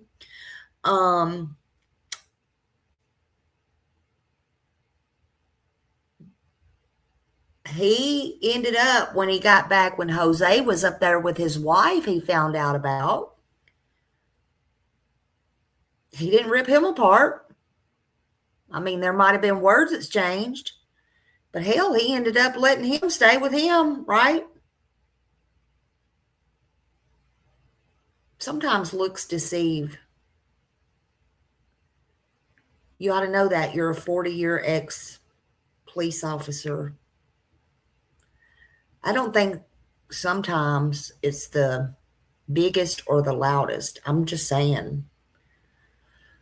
Lord, how mercy, mercy, mercy, mercy. Please stop judging books by their cover, honey. Been around the block. He's been in the system He's since he was definitely a young man. I seen old. You know what I think? Booking pictures. Hold on a minute. Hold on. where he This is was what booked. I think. This is what I think.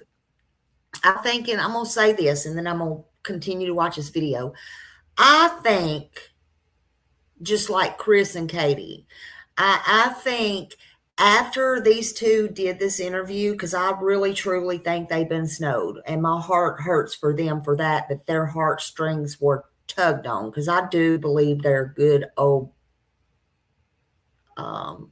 country people. I was going to say good old boys, but she's a girl, so, you know. Anyway, I believe they probably had the best intentions, but I don't believe they did their homework. And I believe, just like Chris and Katie, after they started watching a few of these interviews and people that has been into the Summer Wells case from the start and getting feedback, they've took a couple of days, in my opinion, to then go do their research. And now you can tell, in my opinion, that they're coming back after 2 days and saying what they feel needs to be said. That monkey ain't going to fly. That monkey ain't going to fly. We see you. You were snowed. Just admit it. Period. We can see it. We can see it. Years passed. He's been around. And when you've been around, you learn things. You learn things in prison. You get educated. You get hard. Now, I seen pictures of Don in church. I seen pictures of Don giving Sheila a religious book. Yeah, we did. He talks about God. I think Don means well. Don means well. Actions speak louder than words.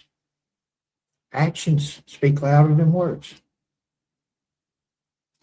We just took a different approach when talking to Don and Candace.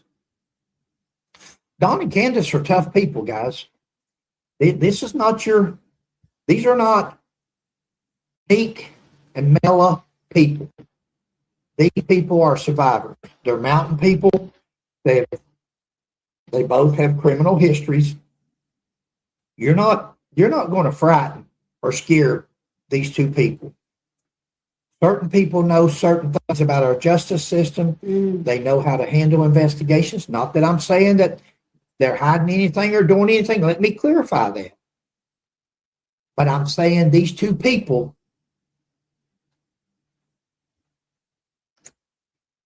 he's not scared of the law, and definitely not scared of a couple of old hillbilly YouTubers.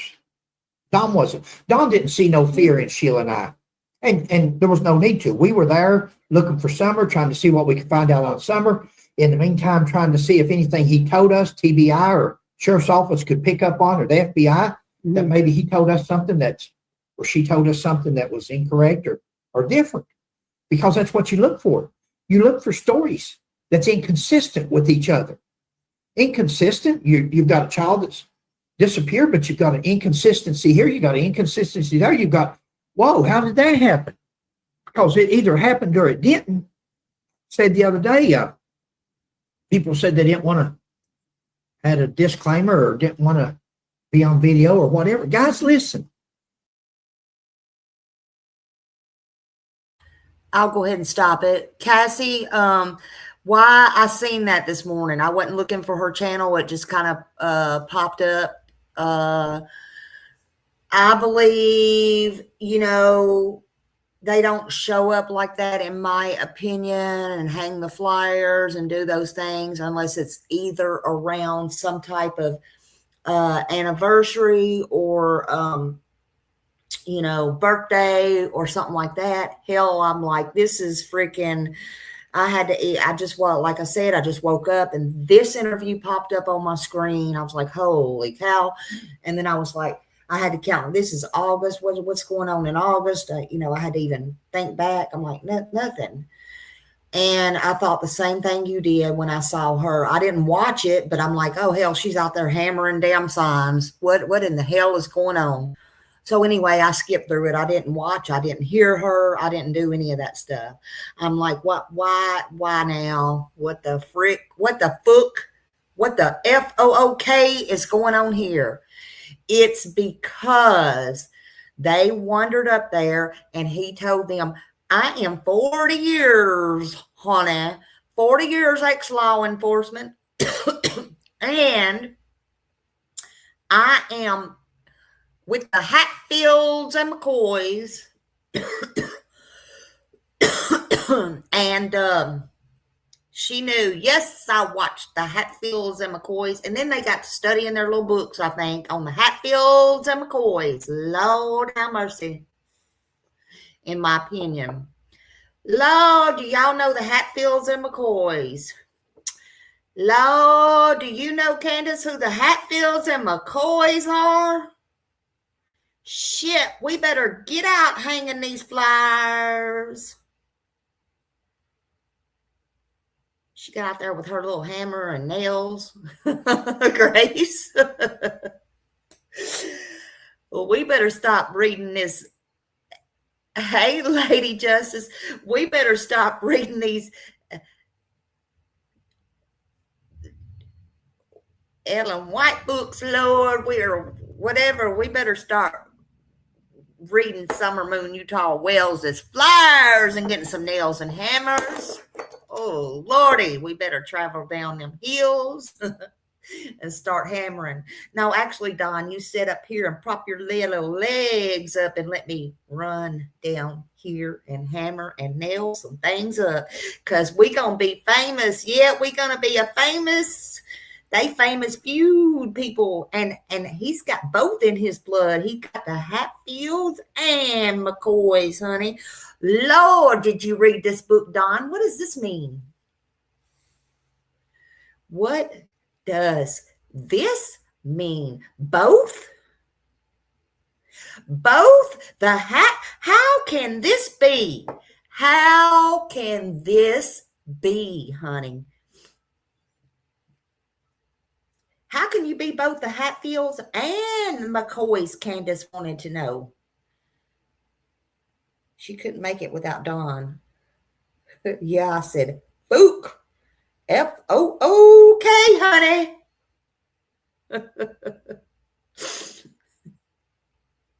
What the fook?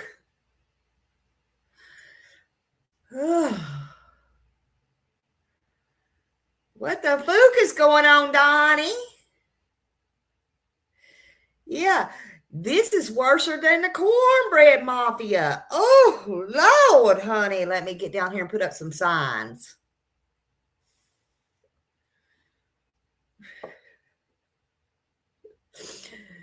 Honey, we don't need to go to church today. We don't need to be reading these books today. We need to hang Summer's flyers today. Ooh, but Lord, I need to be careful going by that cemetery where Ernie, the Burn might be. Now, Candace, you let me handle that. No, you sit there because he might punch you in the face. Didn't you say he was going to punch you in the face? Oh, I ain't worried about him. I ain't worried about the urn. You go over there and take care of the urn, hun. Can.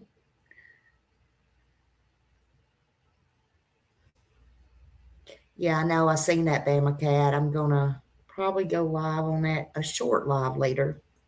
Sickening.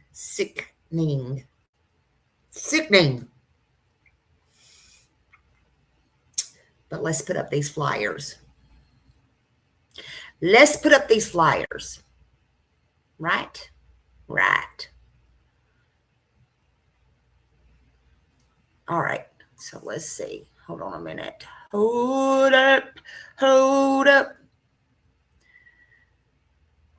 If we never say anything that we're afraid to repeat, we never have to back up. If we never tell nothing but the truth, we don't have to worry about it. We don't have to back up and say, well, I meant this or I meant that. We backed up in the first 4 minutes. Tell the truth. Truth will set you free. That's all a person wants. Sheila, that's great. A good place to put that. Truth. No, seriously. Truth will say, I'm going back to if there's 2 or more involved, truth will set you. Truth is going to set somebody free. It's just ever who tells the truth first. Yep. Lawyer's up, goes to the prosecutor and says, hey, I want to tell you where she's at. I want to tell you what happened. That's it. It's as simple as that. The truth will set you free. Nobody else snooping around the house. Nobody else making accusations. Nobody. It's finally over. What a relief for somebody out there that says, hey, yeah, kind of like Candace did in that one video way back in the day. Going to bed at night thinking about it, waking up all night long thinking about it, getting up in the morning thinking about it. Under conviction. Trying to survive during the day thinking about it. Trying to do what's right with God. Because God says, okay, Kiki, thank you. You got to come true, guys. Ever who? I'm not saying. Yeah, I'm not saying. When I say guys, even though we're talking about, because we haven't talked to nobody else. Now, we plan on it. We plan on talking to some other people, which in the works. Hopefully it works out. He's not scared of law, and he's definitely not scared of Sheila and I. We appreciate how nice he was to us. Him and Candace. Candace went and got us those RCs, and she tried to, guys, you catch more bees with honey than vinegar. That's for sure. If Don knows something, no one's going to threaten him or beat it out of him. I can tell you that. On top. See, I was in the Marines. I was a police officer for 40 years. I'm a good judge of character. I'm a good judge of manhood. I'm a good judge of that right there is one tough hombre in my book. I would say Don's about as tough as they come. He's prison broke. You're not going to tell Don to do anything that he doesn't want to do. So when we went up on that hill that day and friendly and nice and Sheila's, we're like that anyway. We should be. Everybody should be like that when you meet people. We didn't go up there accusing him or condemning him, or it wasn't up there question and answer. It wasn't up there. Well, wait a minute. You said this. I said there one time, if I catch you in a fib, I'll call you out. Sure. I don't know if I would have or not. Because guys, when you start calling people out, now, if he was in a interrogation room and I'm a police officer and he's either under arrest or he can either lawyer up or leave, then I can accuse and I can say anything I want to say. But if I do anything on his property after inviting us up, all he's going to do is say, go ahead and leave, guys. We're done. It's over. Well, we didn't want it to be over. We wanted to talk to Don and Candace. So I don't know that I would have said anything, or if I did say anything, because I wanted him to talk, and he did. And we appreciated that. Yep. He, like everyone else, does have a heart and a soul. And Don knows, even though I think he's a tough hombre, even though I think he's been around the block, Don has got a good heart and a good soul. I've seen videos of Don crying. I've seen videos of Don and about God and so forth. Has Don made mistakes? Oh yeah. Oh yeah. Don's made his share of mistakes. Candace has made her share of mistakes. If he knows anything and ever reveals it, that would be because of the good inside. If Don, we're talking hypothetically, let's say Don and Candace knows, or one or the other, or both. It'd be from the goodness of their heart. It's not because we've got a body that we can say, hey. Right. It's not because we got a phone call that says, hey, she's in Mexico or she's in California or she's been sold off. It don't matter. If they ever do anything, it's going to be out of the goodness of their heart, because as of right now, every who done this has got away with it. Isn't that something to think about? That they're free? They're free forevermore. Until they take their last breath. Until they take their last breath. Because vengeance is mine. Oh boy. Saith the Lord. And I think then it's going to come time to be accountable. Would we rather be accountable here? I would. I'd rather be accountable. Guys, I know we're talking about Don and Candace. Doesn't mean that's who's responsible. Right. I'm throwing this out there to them in hopes that somebody else is also listening. And if Don and Candace has nothing to do with it, then this should go right off their shoulder. They should think to themselves, I appreciate what Fred and Sheila is trying to do. It's not us. So we hope that the other people is listening. That's what Don and Candace should be thinking. It's not us. We hope that whoever else is out there is listening to Fred and Sheila, and they want to make this right and bring our baby home. Right. We all have good and bad. The devil's real, and he's after us all every day. Guys, I tell this story. I'm almost done with this video. Well, we still have some more little. Oh, that's right. We got videos. videos. Oh, yeah. I'm sorry, baby. I'll do this and then we'll start showing them. I tell this story a lot on our other videos, and some of you may have heard it. If you did, so be it. But if you haven't, the tale of the two wolves. Yep. An old Indian chief tells his grandson I'm dying. that there's a fierce fight that goes on inside of every human being. And he explains to him that there's two wolves. It's like two wolves are inside of us. And these two wolves are fighting. They're always battling each other. The first wolf is evil. Anger and envy, jealousy and greed, arrogance. That's the first wolf. The second wolf is good, joyful, peaceful, loving, hopeful, and kind. And these two wolves are fighting each other all the time inside of a human. And the grandson says, Grandfather, which wolf wins? And the chief says, the one you feed. The one you feed. Are we going to feed the lying and the deceit or are we going to feed the good one, kindness and the truthfulness, godly one? Show your second video, babe. Okay, now this one here is. I will say this. Hold on a minute. Hold on. I'm going to say this. I know y'all are saying, now, Smiley, stop it. And so I'm going to tell y'all a little story. It's going to be quick. All these years, sometimes I prayed because me and my husband is different. And he is very quiet where y'all see me. I was shy, believe it or not one time. But anyway, I have prayed and I have prayed and I have prayed that my husband would talk. God let him talk. Now he's losing his hearing and everything else. Sometimes that might be a good thing. I don't know. But anyway, he don't talk. He's quiet as a mouse. Sometimes that's something to be scared of. But anyway, Lord have mercy. Thank God for unanswered prayers. Thank God. The end. Let's get back to it.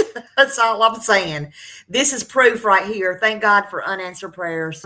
Candace said they were planting flowers. Okay. I'll go ahead and give you all a heads up on that. Me and my mother and her were planting flowers. And we went in after we got done washing our hands, and she got a piece of candy from Grandma. And she wanted to go back over and see her brothers. And I said, okay. And I walked her all the way over to the porch. And I watched her walk into the kitchen where the boys were watching TV. And I told the boys, I said, watch Summer. I'll be back. And within 2 minutes, I came back. And I asked the boys where their sister was. And they said, she went downstairs, Mom, to play with her toys in the playroom. I said, okay. And I yelled downstairs for her a couple times.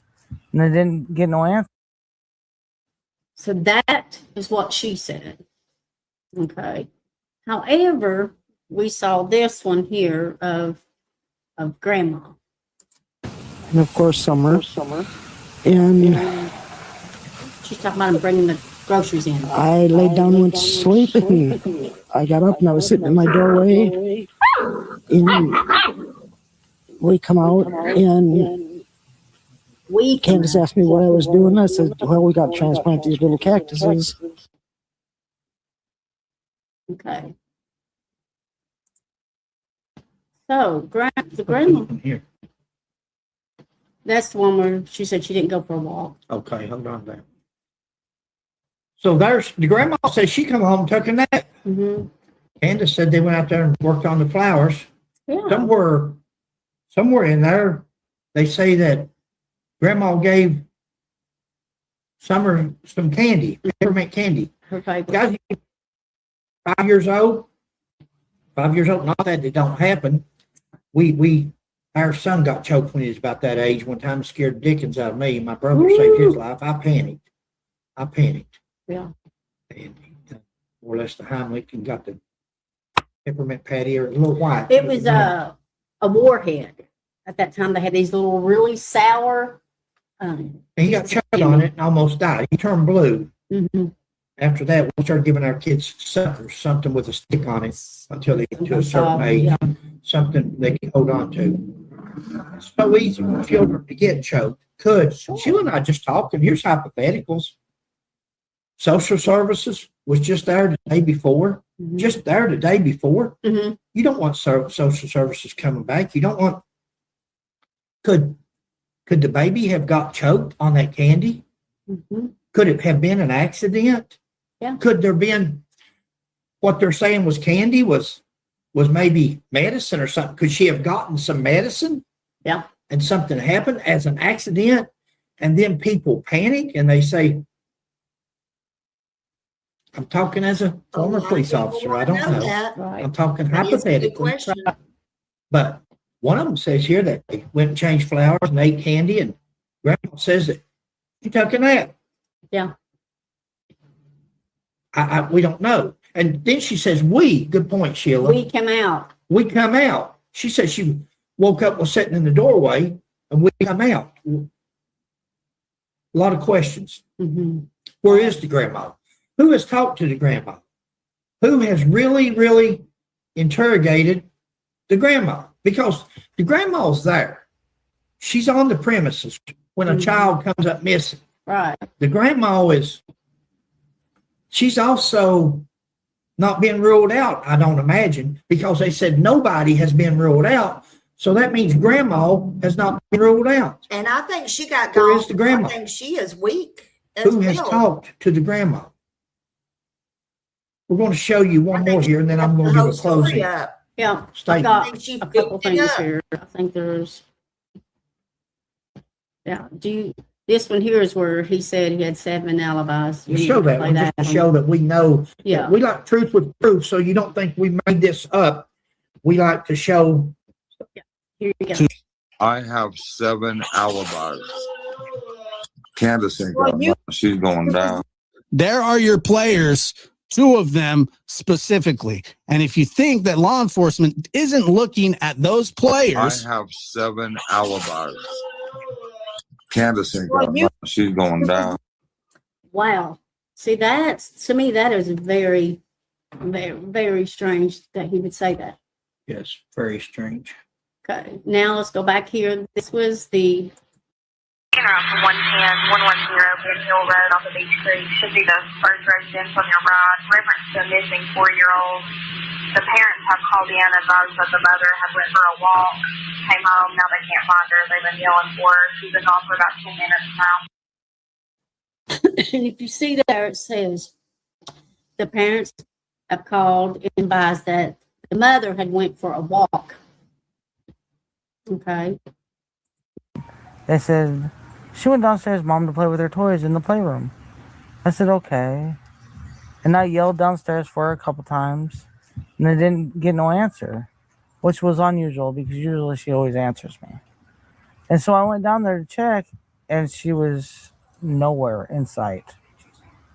She was just gone. I don't go on walks around here or runs because I'm scared of the bears and snakes and even the coyotes that are around here. Well, whoever has my dog. I don't walk. I don't walk or run. Told dispatch, or at least dispatch wrote. Now, that's what dispatch is writing. We don't know if dispatch, sometimes people, mother went for a walk. She says she don't walk. She says they're planting flowers. Grandmother says she's asleep. Yeah. Says gave her some candy. Guys, what is it? What is it?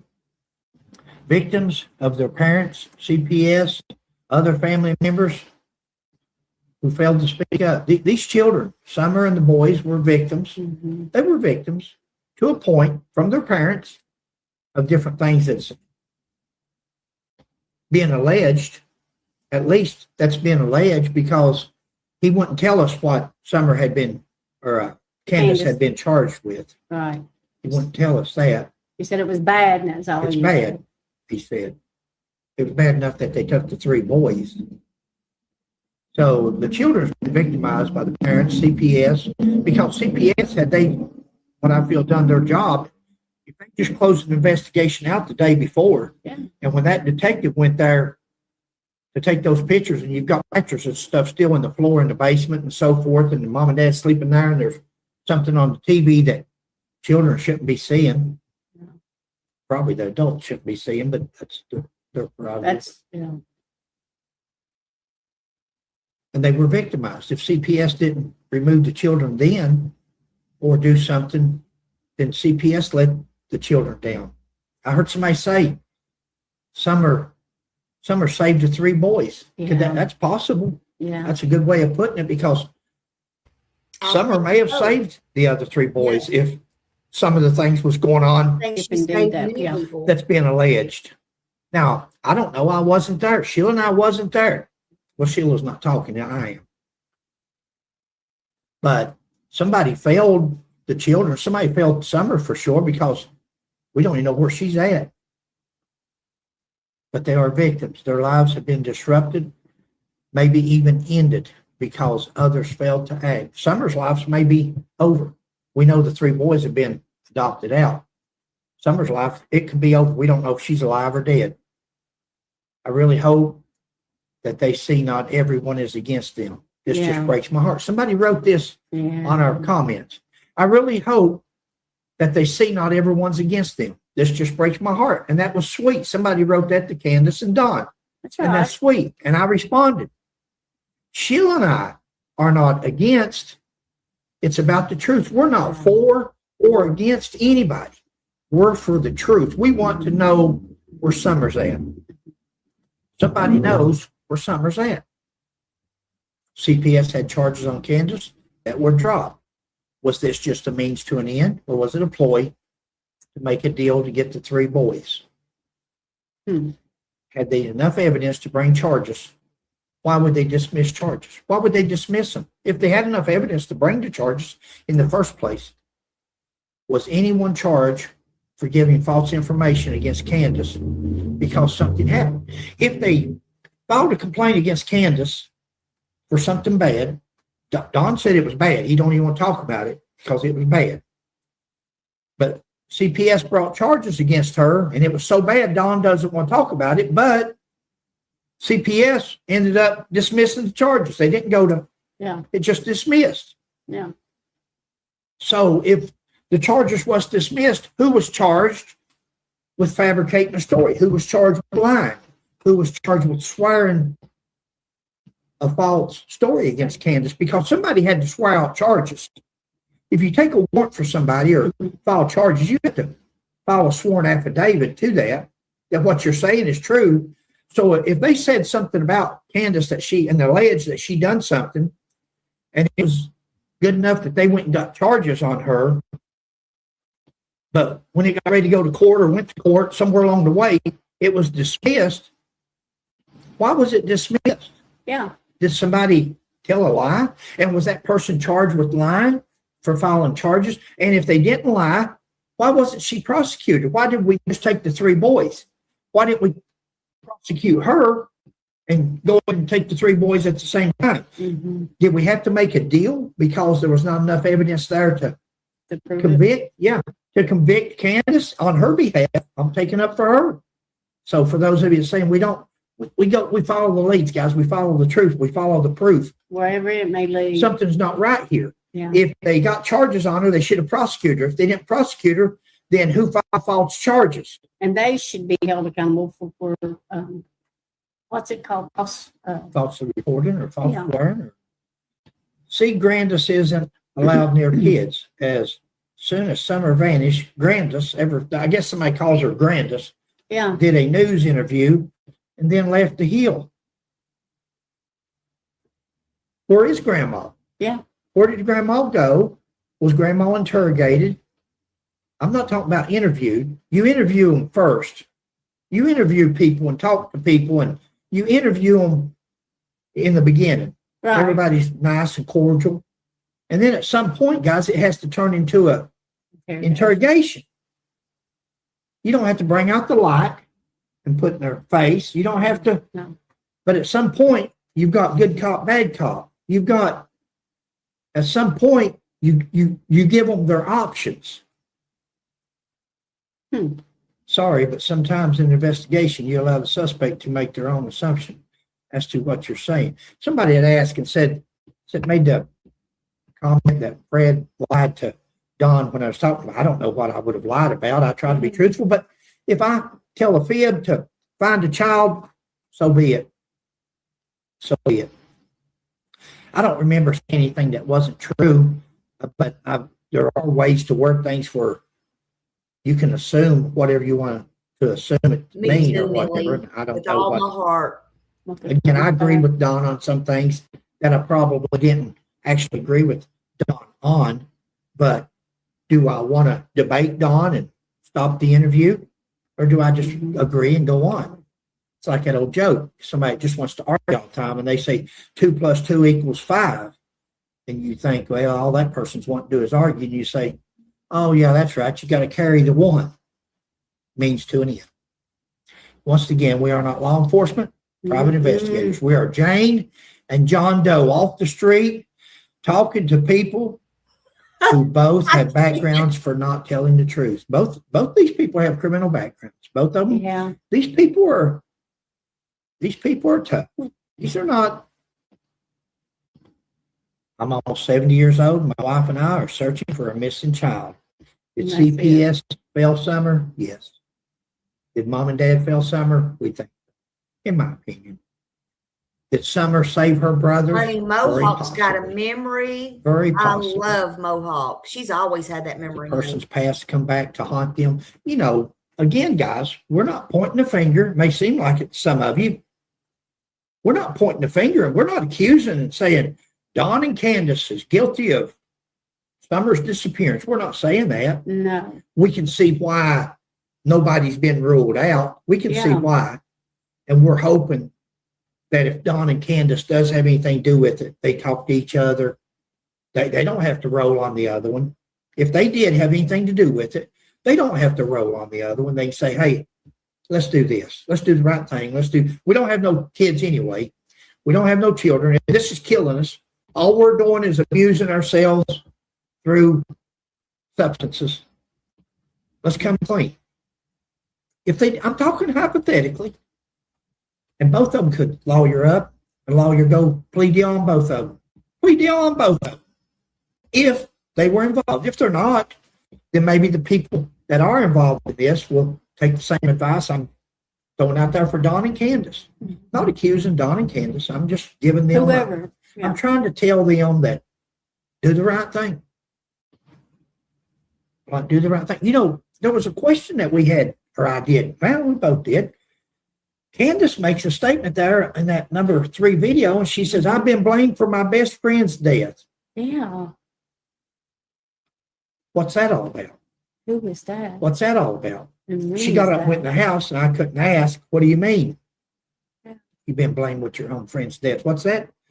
We've already got a sister that's disappeared years ago. Mm-hmm. We've got Summer gone now. She says she's accused of her blamed in her best friend's death. That's why to me, that's stay up with suspicious. it, honey. Yeah. She's the one said it. I didn't say that. She did.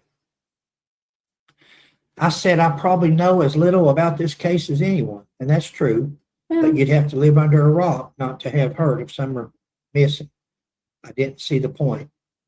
That's that. Guys, I don't know. I thought everybody had heard about it till we called the police department. Evidently, they haven't, In though. another state today, a close state to Tennessee. It's in close proximity, but the dispatchers, 2 or 3 dispatchers hadn't heard of her. And the police officer we talked to had not heard of Summer Wells. Right. It's hard to believe. Circle of contacts was so small in that area. Mom and dad, grandma, the church people, a couple of neighbors maybe. He says he didn't talk a lot to his neighbors Said he didn't know them, yeah. or anyone else that had come by the house over the last month. Anybody that had been near that house in the last month, any of their friends that had come there for whatever reason, Exactly. they should be looked at hard. Somebody said there was tree cutters out there. Guys, any of you got a grandma, a mother, somebody in the family, and they say, a wife? Oh, I'd love to have a baby, but I can't have babies. I'd love to have, and then I'm talking hypotheticals on these guys, so don't take these. But they say there was people working in the area. Mm-hmm. Could somebody been working in the area and see a little girl and say, oh, Lord, what my wife would give to have that little baby? Yeah, he deserves. Or maybe they heard all Candace or Don every penny shouting at them children, get over here, get in here, get. Not. You tend to do that in the mountains, up on the side of a hill, no neighbors around. No, Parents are so kids get used to it. scared. Them boys. Some people call it abuse. Them boys deserve everything. It's just a way of communicating, but to a stranger. And it may even be mean and inhumane, but to them, they're thinking, wow, that little child shouldn't have to put up with that. I'm going to save it. I'm going to take that child home to my wife. It could happen. Mm-hmm. Anything's possible. That's why whoever turns themselves in on this, I don't know why. Don't ask me why me and Sheila keep saying that, and it's weird, but we pray about it, and we think that we don't think we're going to find Summer. When we first started this, we thought, well, we'll go out and find Summer alive or something that proves that she's deceased. But now we're realizing we're not going to find Summer. God, we don't think that's what God's got in store. He's got in store for us to say something to somebody and for them to say, hey, it's been long enough. It's time that we come clean. It's time that that's what we think. Now, again, who are we? Who are we? Nobody special. Did someone think I can give her a better life, help her out? Possibly. Did she get choked on candy? Was it an accident? Maybe substances involved. Maybe Candace had done something and maybe she didn't want to call because people would be thinking that she's accusing, simply throwing scenarios out there, guys. Remember, no one's been ruled out. She could have fallen down those stairs. Yeah. We had our little boy fell downstairs one time. I called him at the bottom of the stairs. Over if it Laying was at an the top. accident, Here he comes tumbling down. And the way he landed, the way I called him, had he hit that next floor, he would have broke his neck. Or just a good Lord, let me catch him. Illegal. As a parent, Listen to Candace and Don. Something like some that. Of their stories something don't wasn't add up. You just deal with and the then others do. Yeah. Think about it later. That's why it's so hard. People understand. Go ahead, baby. That's why it's so hard. That's why this is such a complicated case. It's because there's so many different things. Sometimes they're Stories add up, and other times they don't. But deception is deception. Inconsistencies is inconsistencies. Parents are the first people law enforcement looks at, rightly so, because the majority of these come back to the parents. I don't believe we can rule. We don't have to point the finger. Right. We don't have to accuse. We got to sometimes leave it up to their heart and their soul for the person or people to come clean on themselves. But we cannot rule. Just from what Sheila and I have seen, I'll speak for myself, but she agree if she wants to, but from what we've seen, we don't think you can rule Don and Candace out. We feel for them. No. We still feel sorry for them, but we can see why they're still in the mix. Yeah. We think the grandma should be talked to more. Yeah. It's not been rude to question people. It's not been rude to ask people questions, especially when it comes to a child. Those stories or stones. Definitely not trying to do that, guys. We're just showing you what we found. Don says that they were cleared and the case was closed that day, yet Summer disappears the next day. What does that say about CPS in that area, if that's true? What does that say with the bed still on the with the house looking in disarray like it did when we saw it? Now, maybe it didn't look like that when CPS was there. Could some of the things be true about the day Summer come up missing? We don't know either. We're not accusing. We were asking questions. Grandma says she took a nap, gave her some candy. Things like that don't add up. That's on video. Yeah. That's not us. That's Grandma that says she took a nap. That's Candace that says they planted flowers. Follow the evidence. They lost 9 children in 4 different states.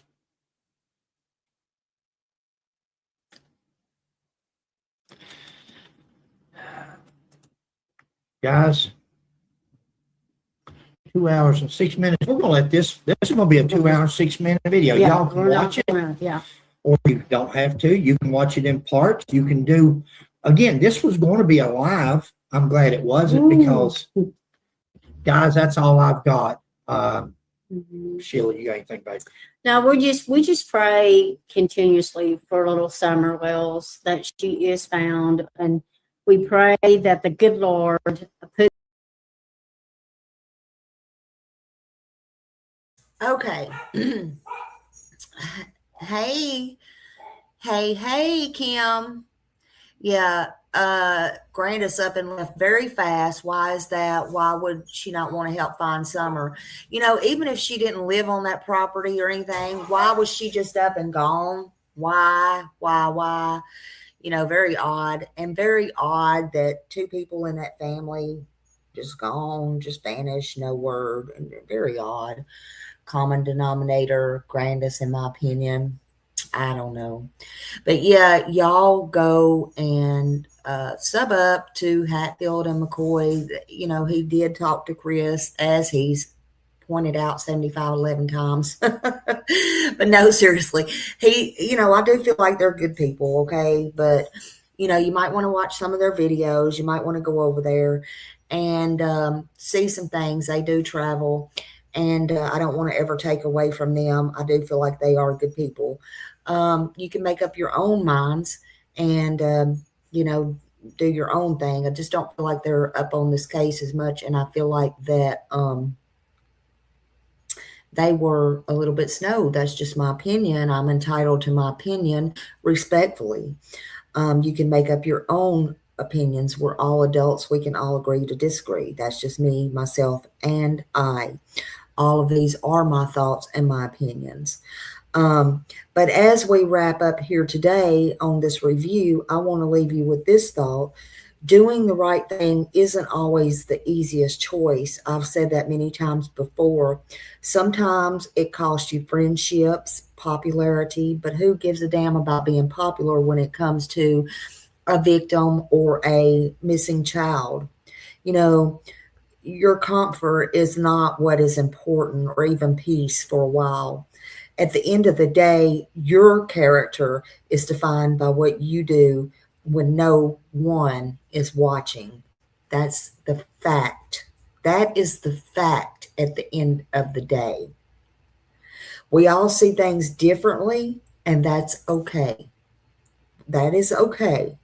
My goal here is never been to tell you what to think or to do. Is to encourage respectful conversation, critical thinking, and to always search for the truth with compassion, not to add to, not to take away from. If you agree, fine. If you don't agree, fine. That's up to you. You're adults. What was said in this video and in this live is okay. If you disagree with me, that's okay. I'm an adult. I'll get over it. I hope y'all will too. Behind every story is a real person, real families, and, that's just the way it is. I appreciate each and every one being here, spending your time with me. All my moderators, as I said, is awesome. I appreciate each and every one of my members, my subscribers, everyone who supports me. I could not do this without you. I enjoy doing this review. I need to start reviewing more videos. I may not review like other people do. I don't review a lot of videos, but it is what it is. I live and I learn as well. I'm going to play Summer Song Out. And again, I appreciate your time. Thank you for being here. And let's go.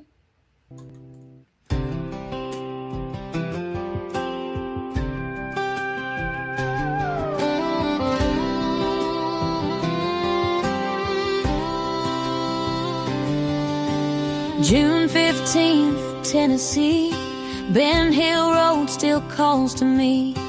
Little barefoot angel child, blue-eyed smile and spirit wild. 5 years old with golden hair, love and laughter everywhere. Purple dresses swinging high, twirling circles in the summer sky. Oh, summer moon, Utah wells, your story still hurts like hell. No footprints left, no goodbye, just questions underneath these Tennessee skies. And sweet girl, wherever you are, you still shine like a northern star. The world still whispers your name, and not a soul has forgot your face. Thousands searched those hills and trees, church bells rang through Tennessee. TBI and FBI, still no answer, still asking why. Time kept moving, years rolled by, but some wounds never say goodbye. 22 it says, and silence remains. Still people cry when they speak your name. Oh, summer moon, Utah wells, your story still hurts like hell. No footprints left, no goodbye, just questions underneath these Tennessee skies. And sweet girl, wherever you are, you still shine like a northern star. The world still whispers your name, and not a soul has forgot your face. Summer, you never left my heart. I'm sorry this world could not find you. I'm sorry answers never came. But little girl, you matter, you still matter. And somewhere beyond all this pain, I believe you dance again. Oh, summer moon, Utah wells, heaven still remembers well. A little girl with love inside, whose light this world could never hide. And sweet child, if angels sing, I hope they sing your favorite things. Purple sunsets, summer puppies running through the hills again. Purple in the sky tonight, hold her close, Lord, through the night. And as long as this old world turns on summer moon, you'll never be gone.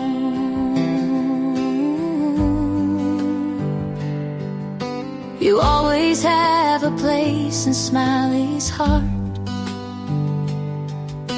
and in the world's heart too. We will never stop remembering.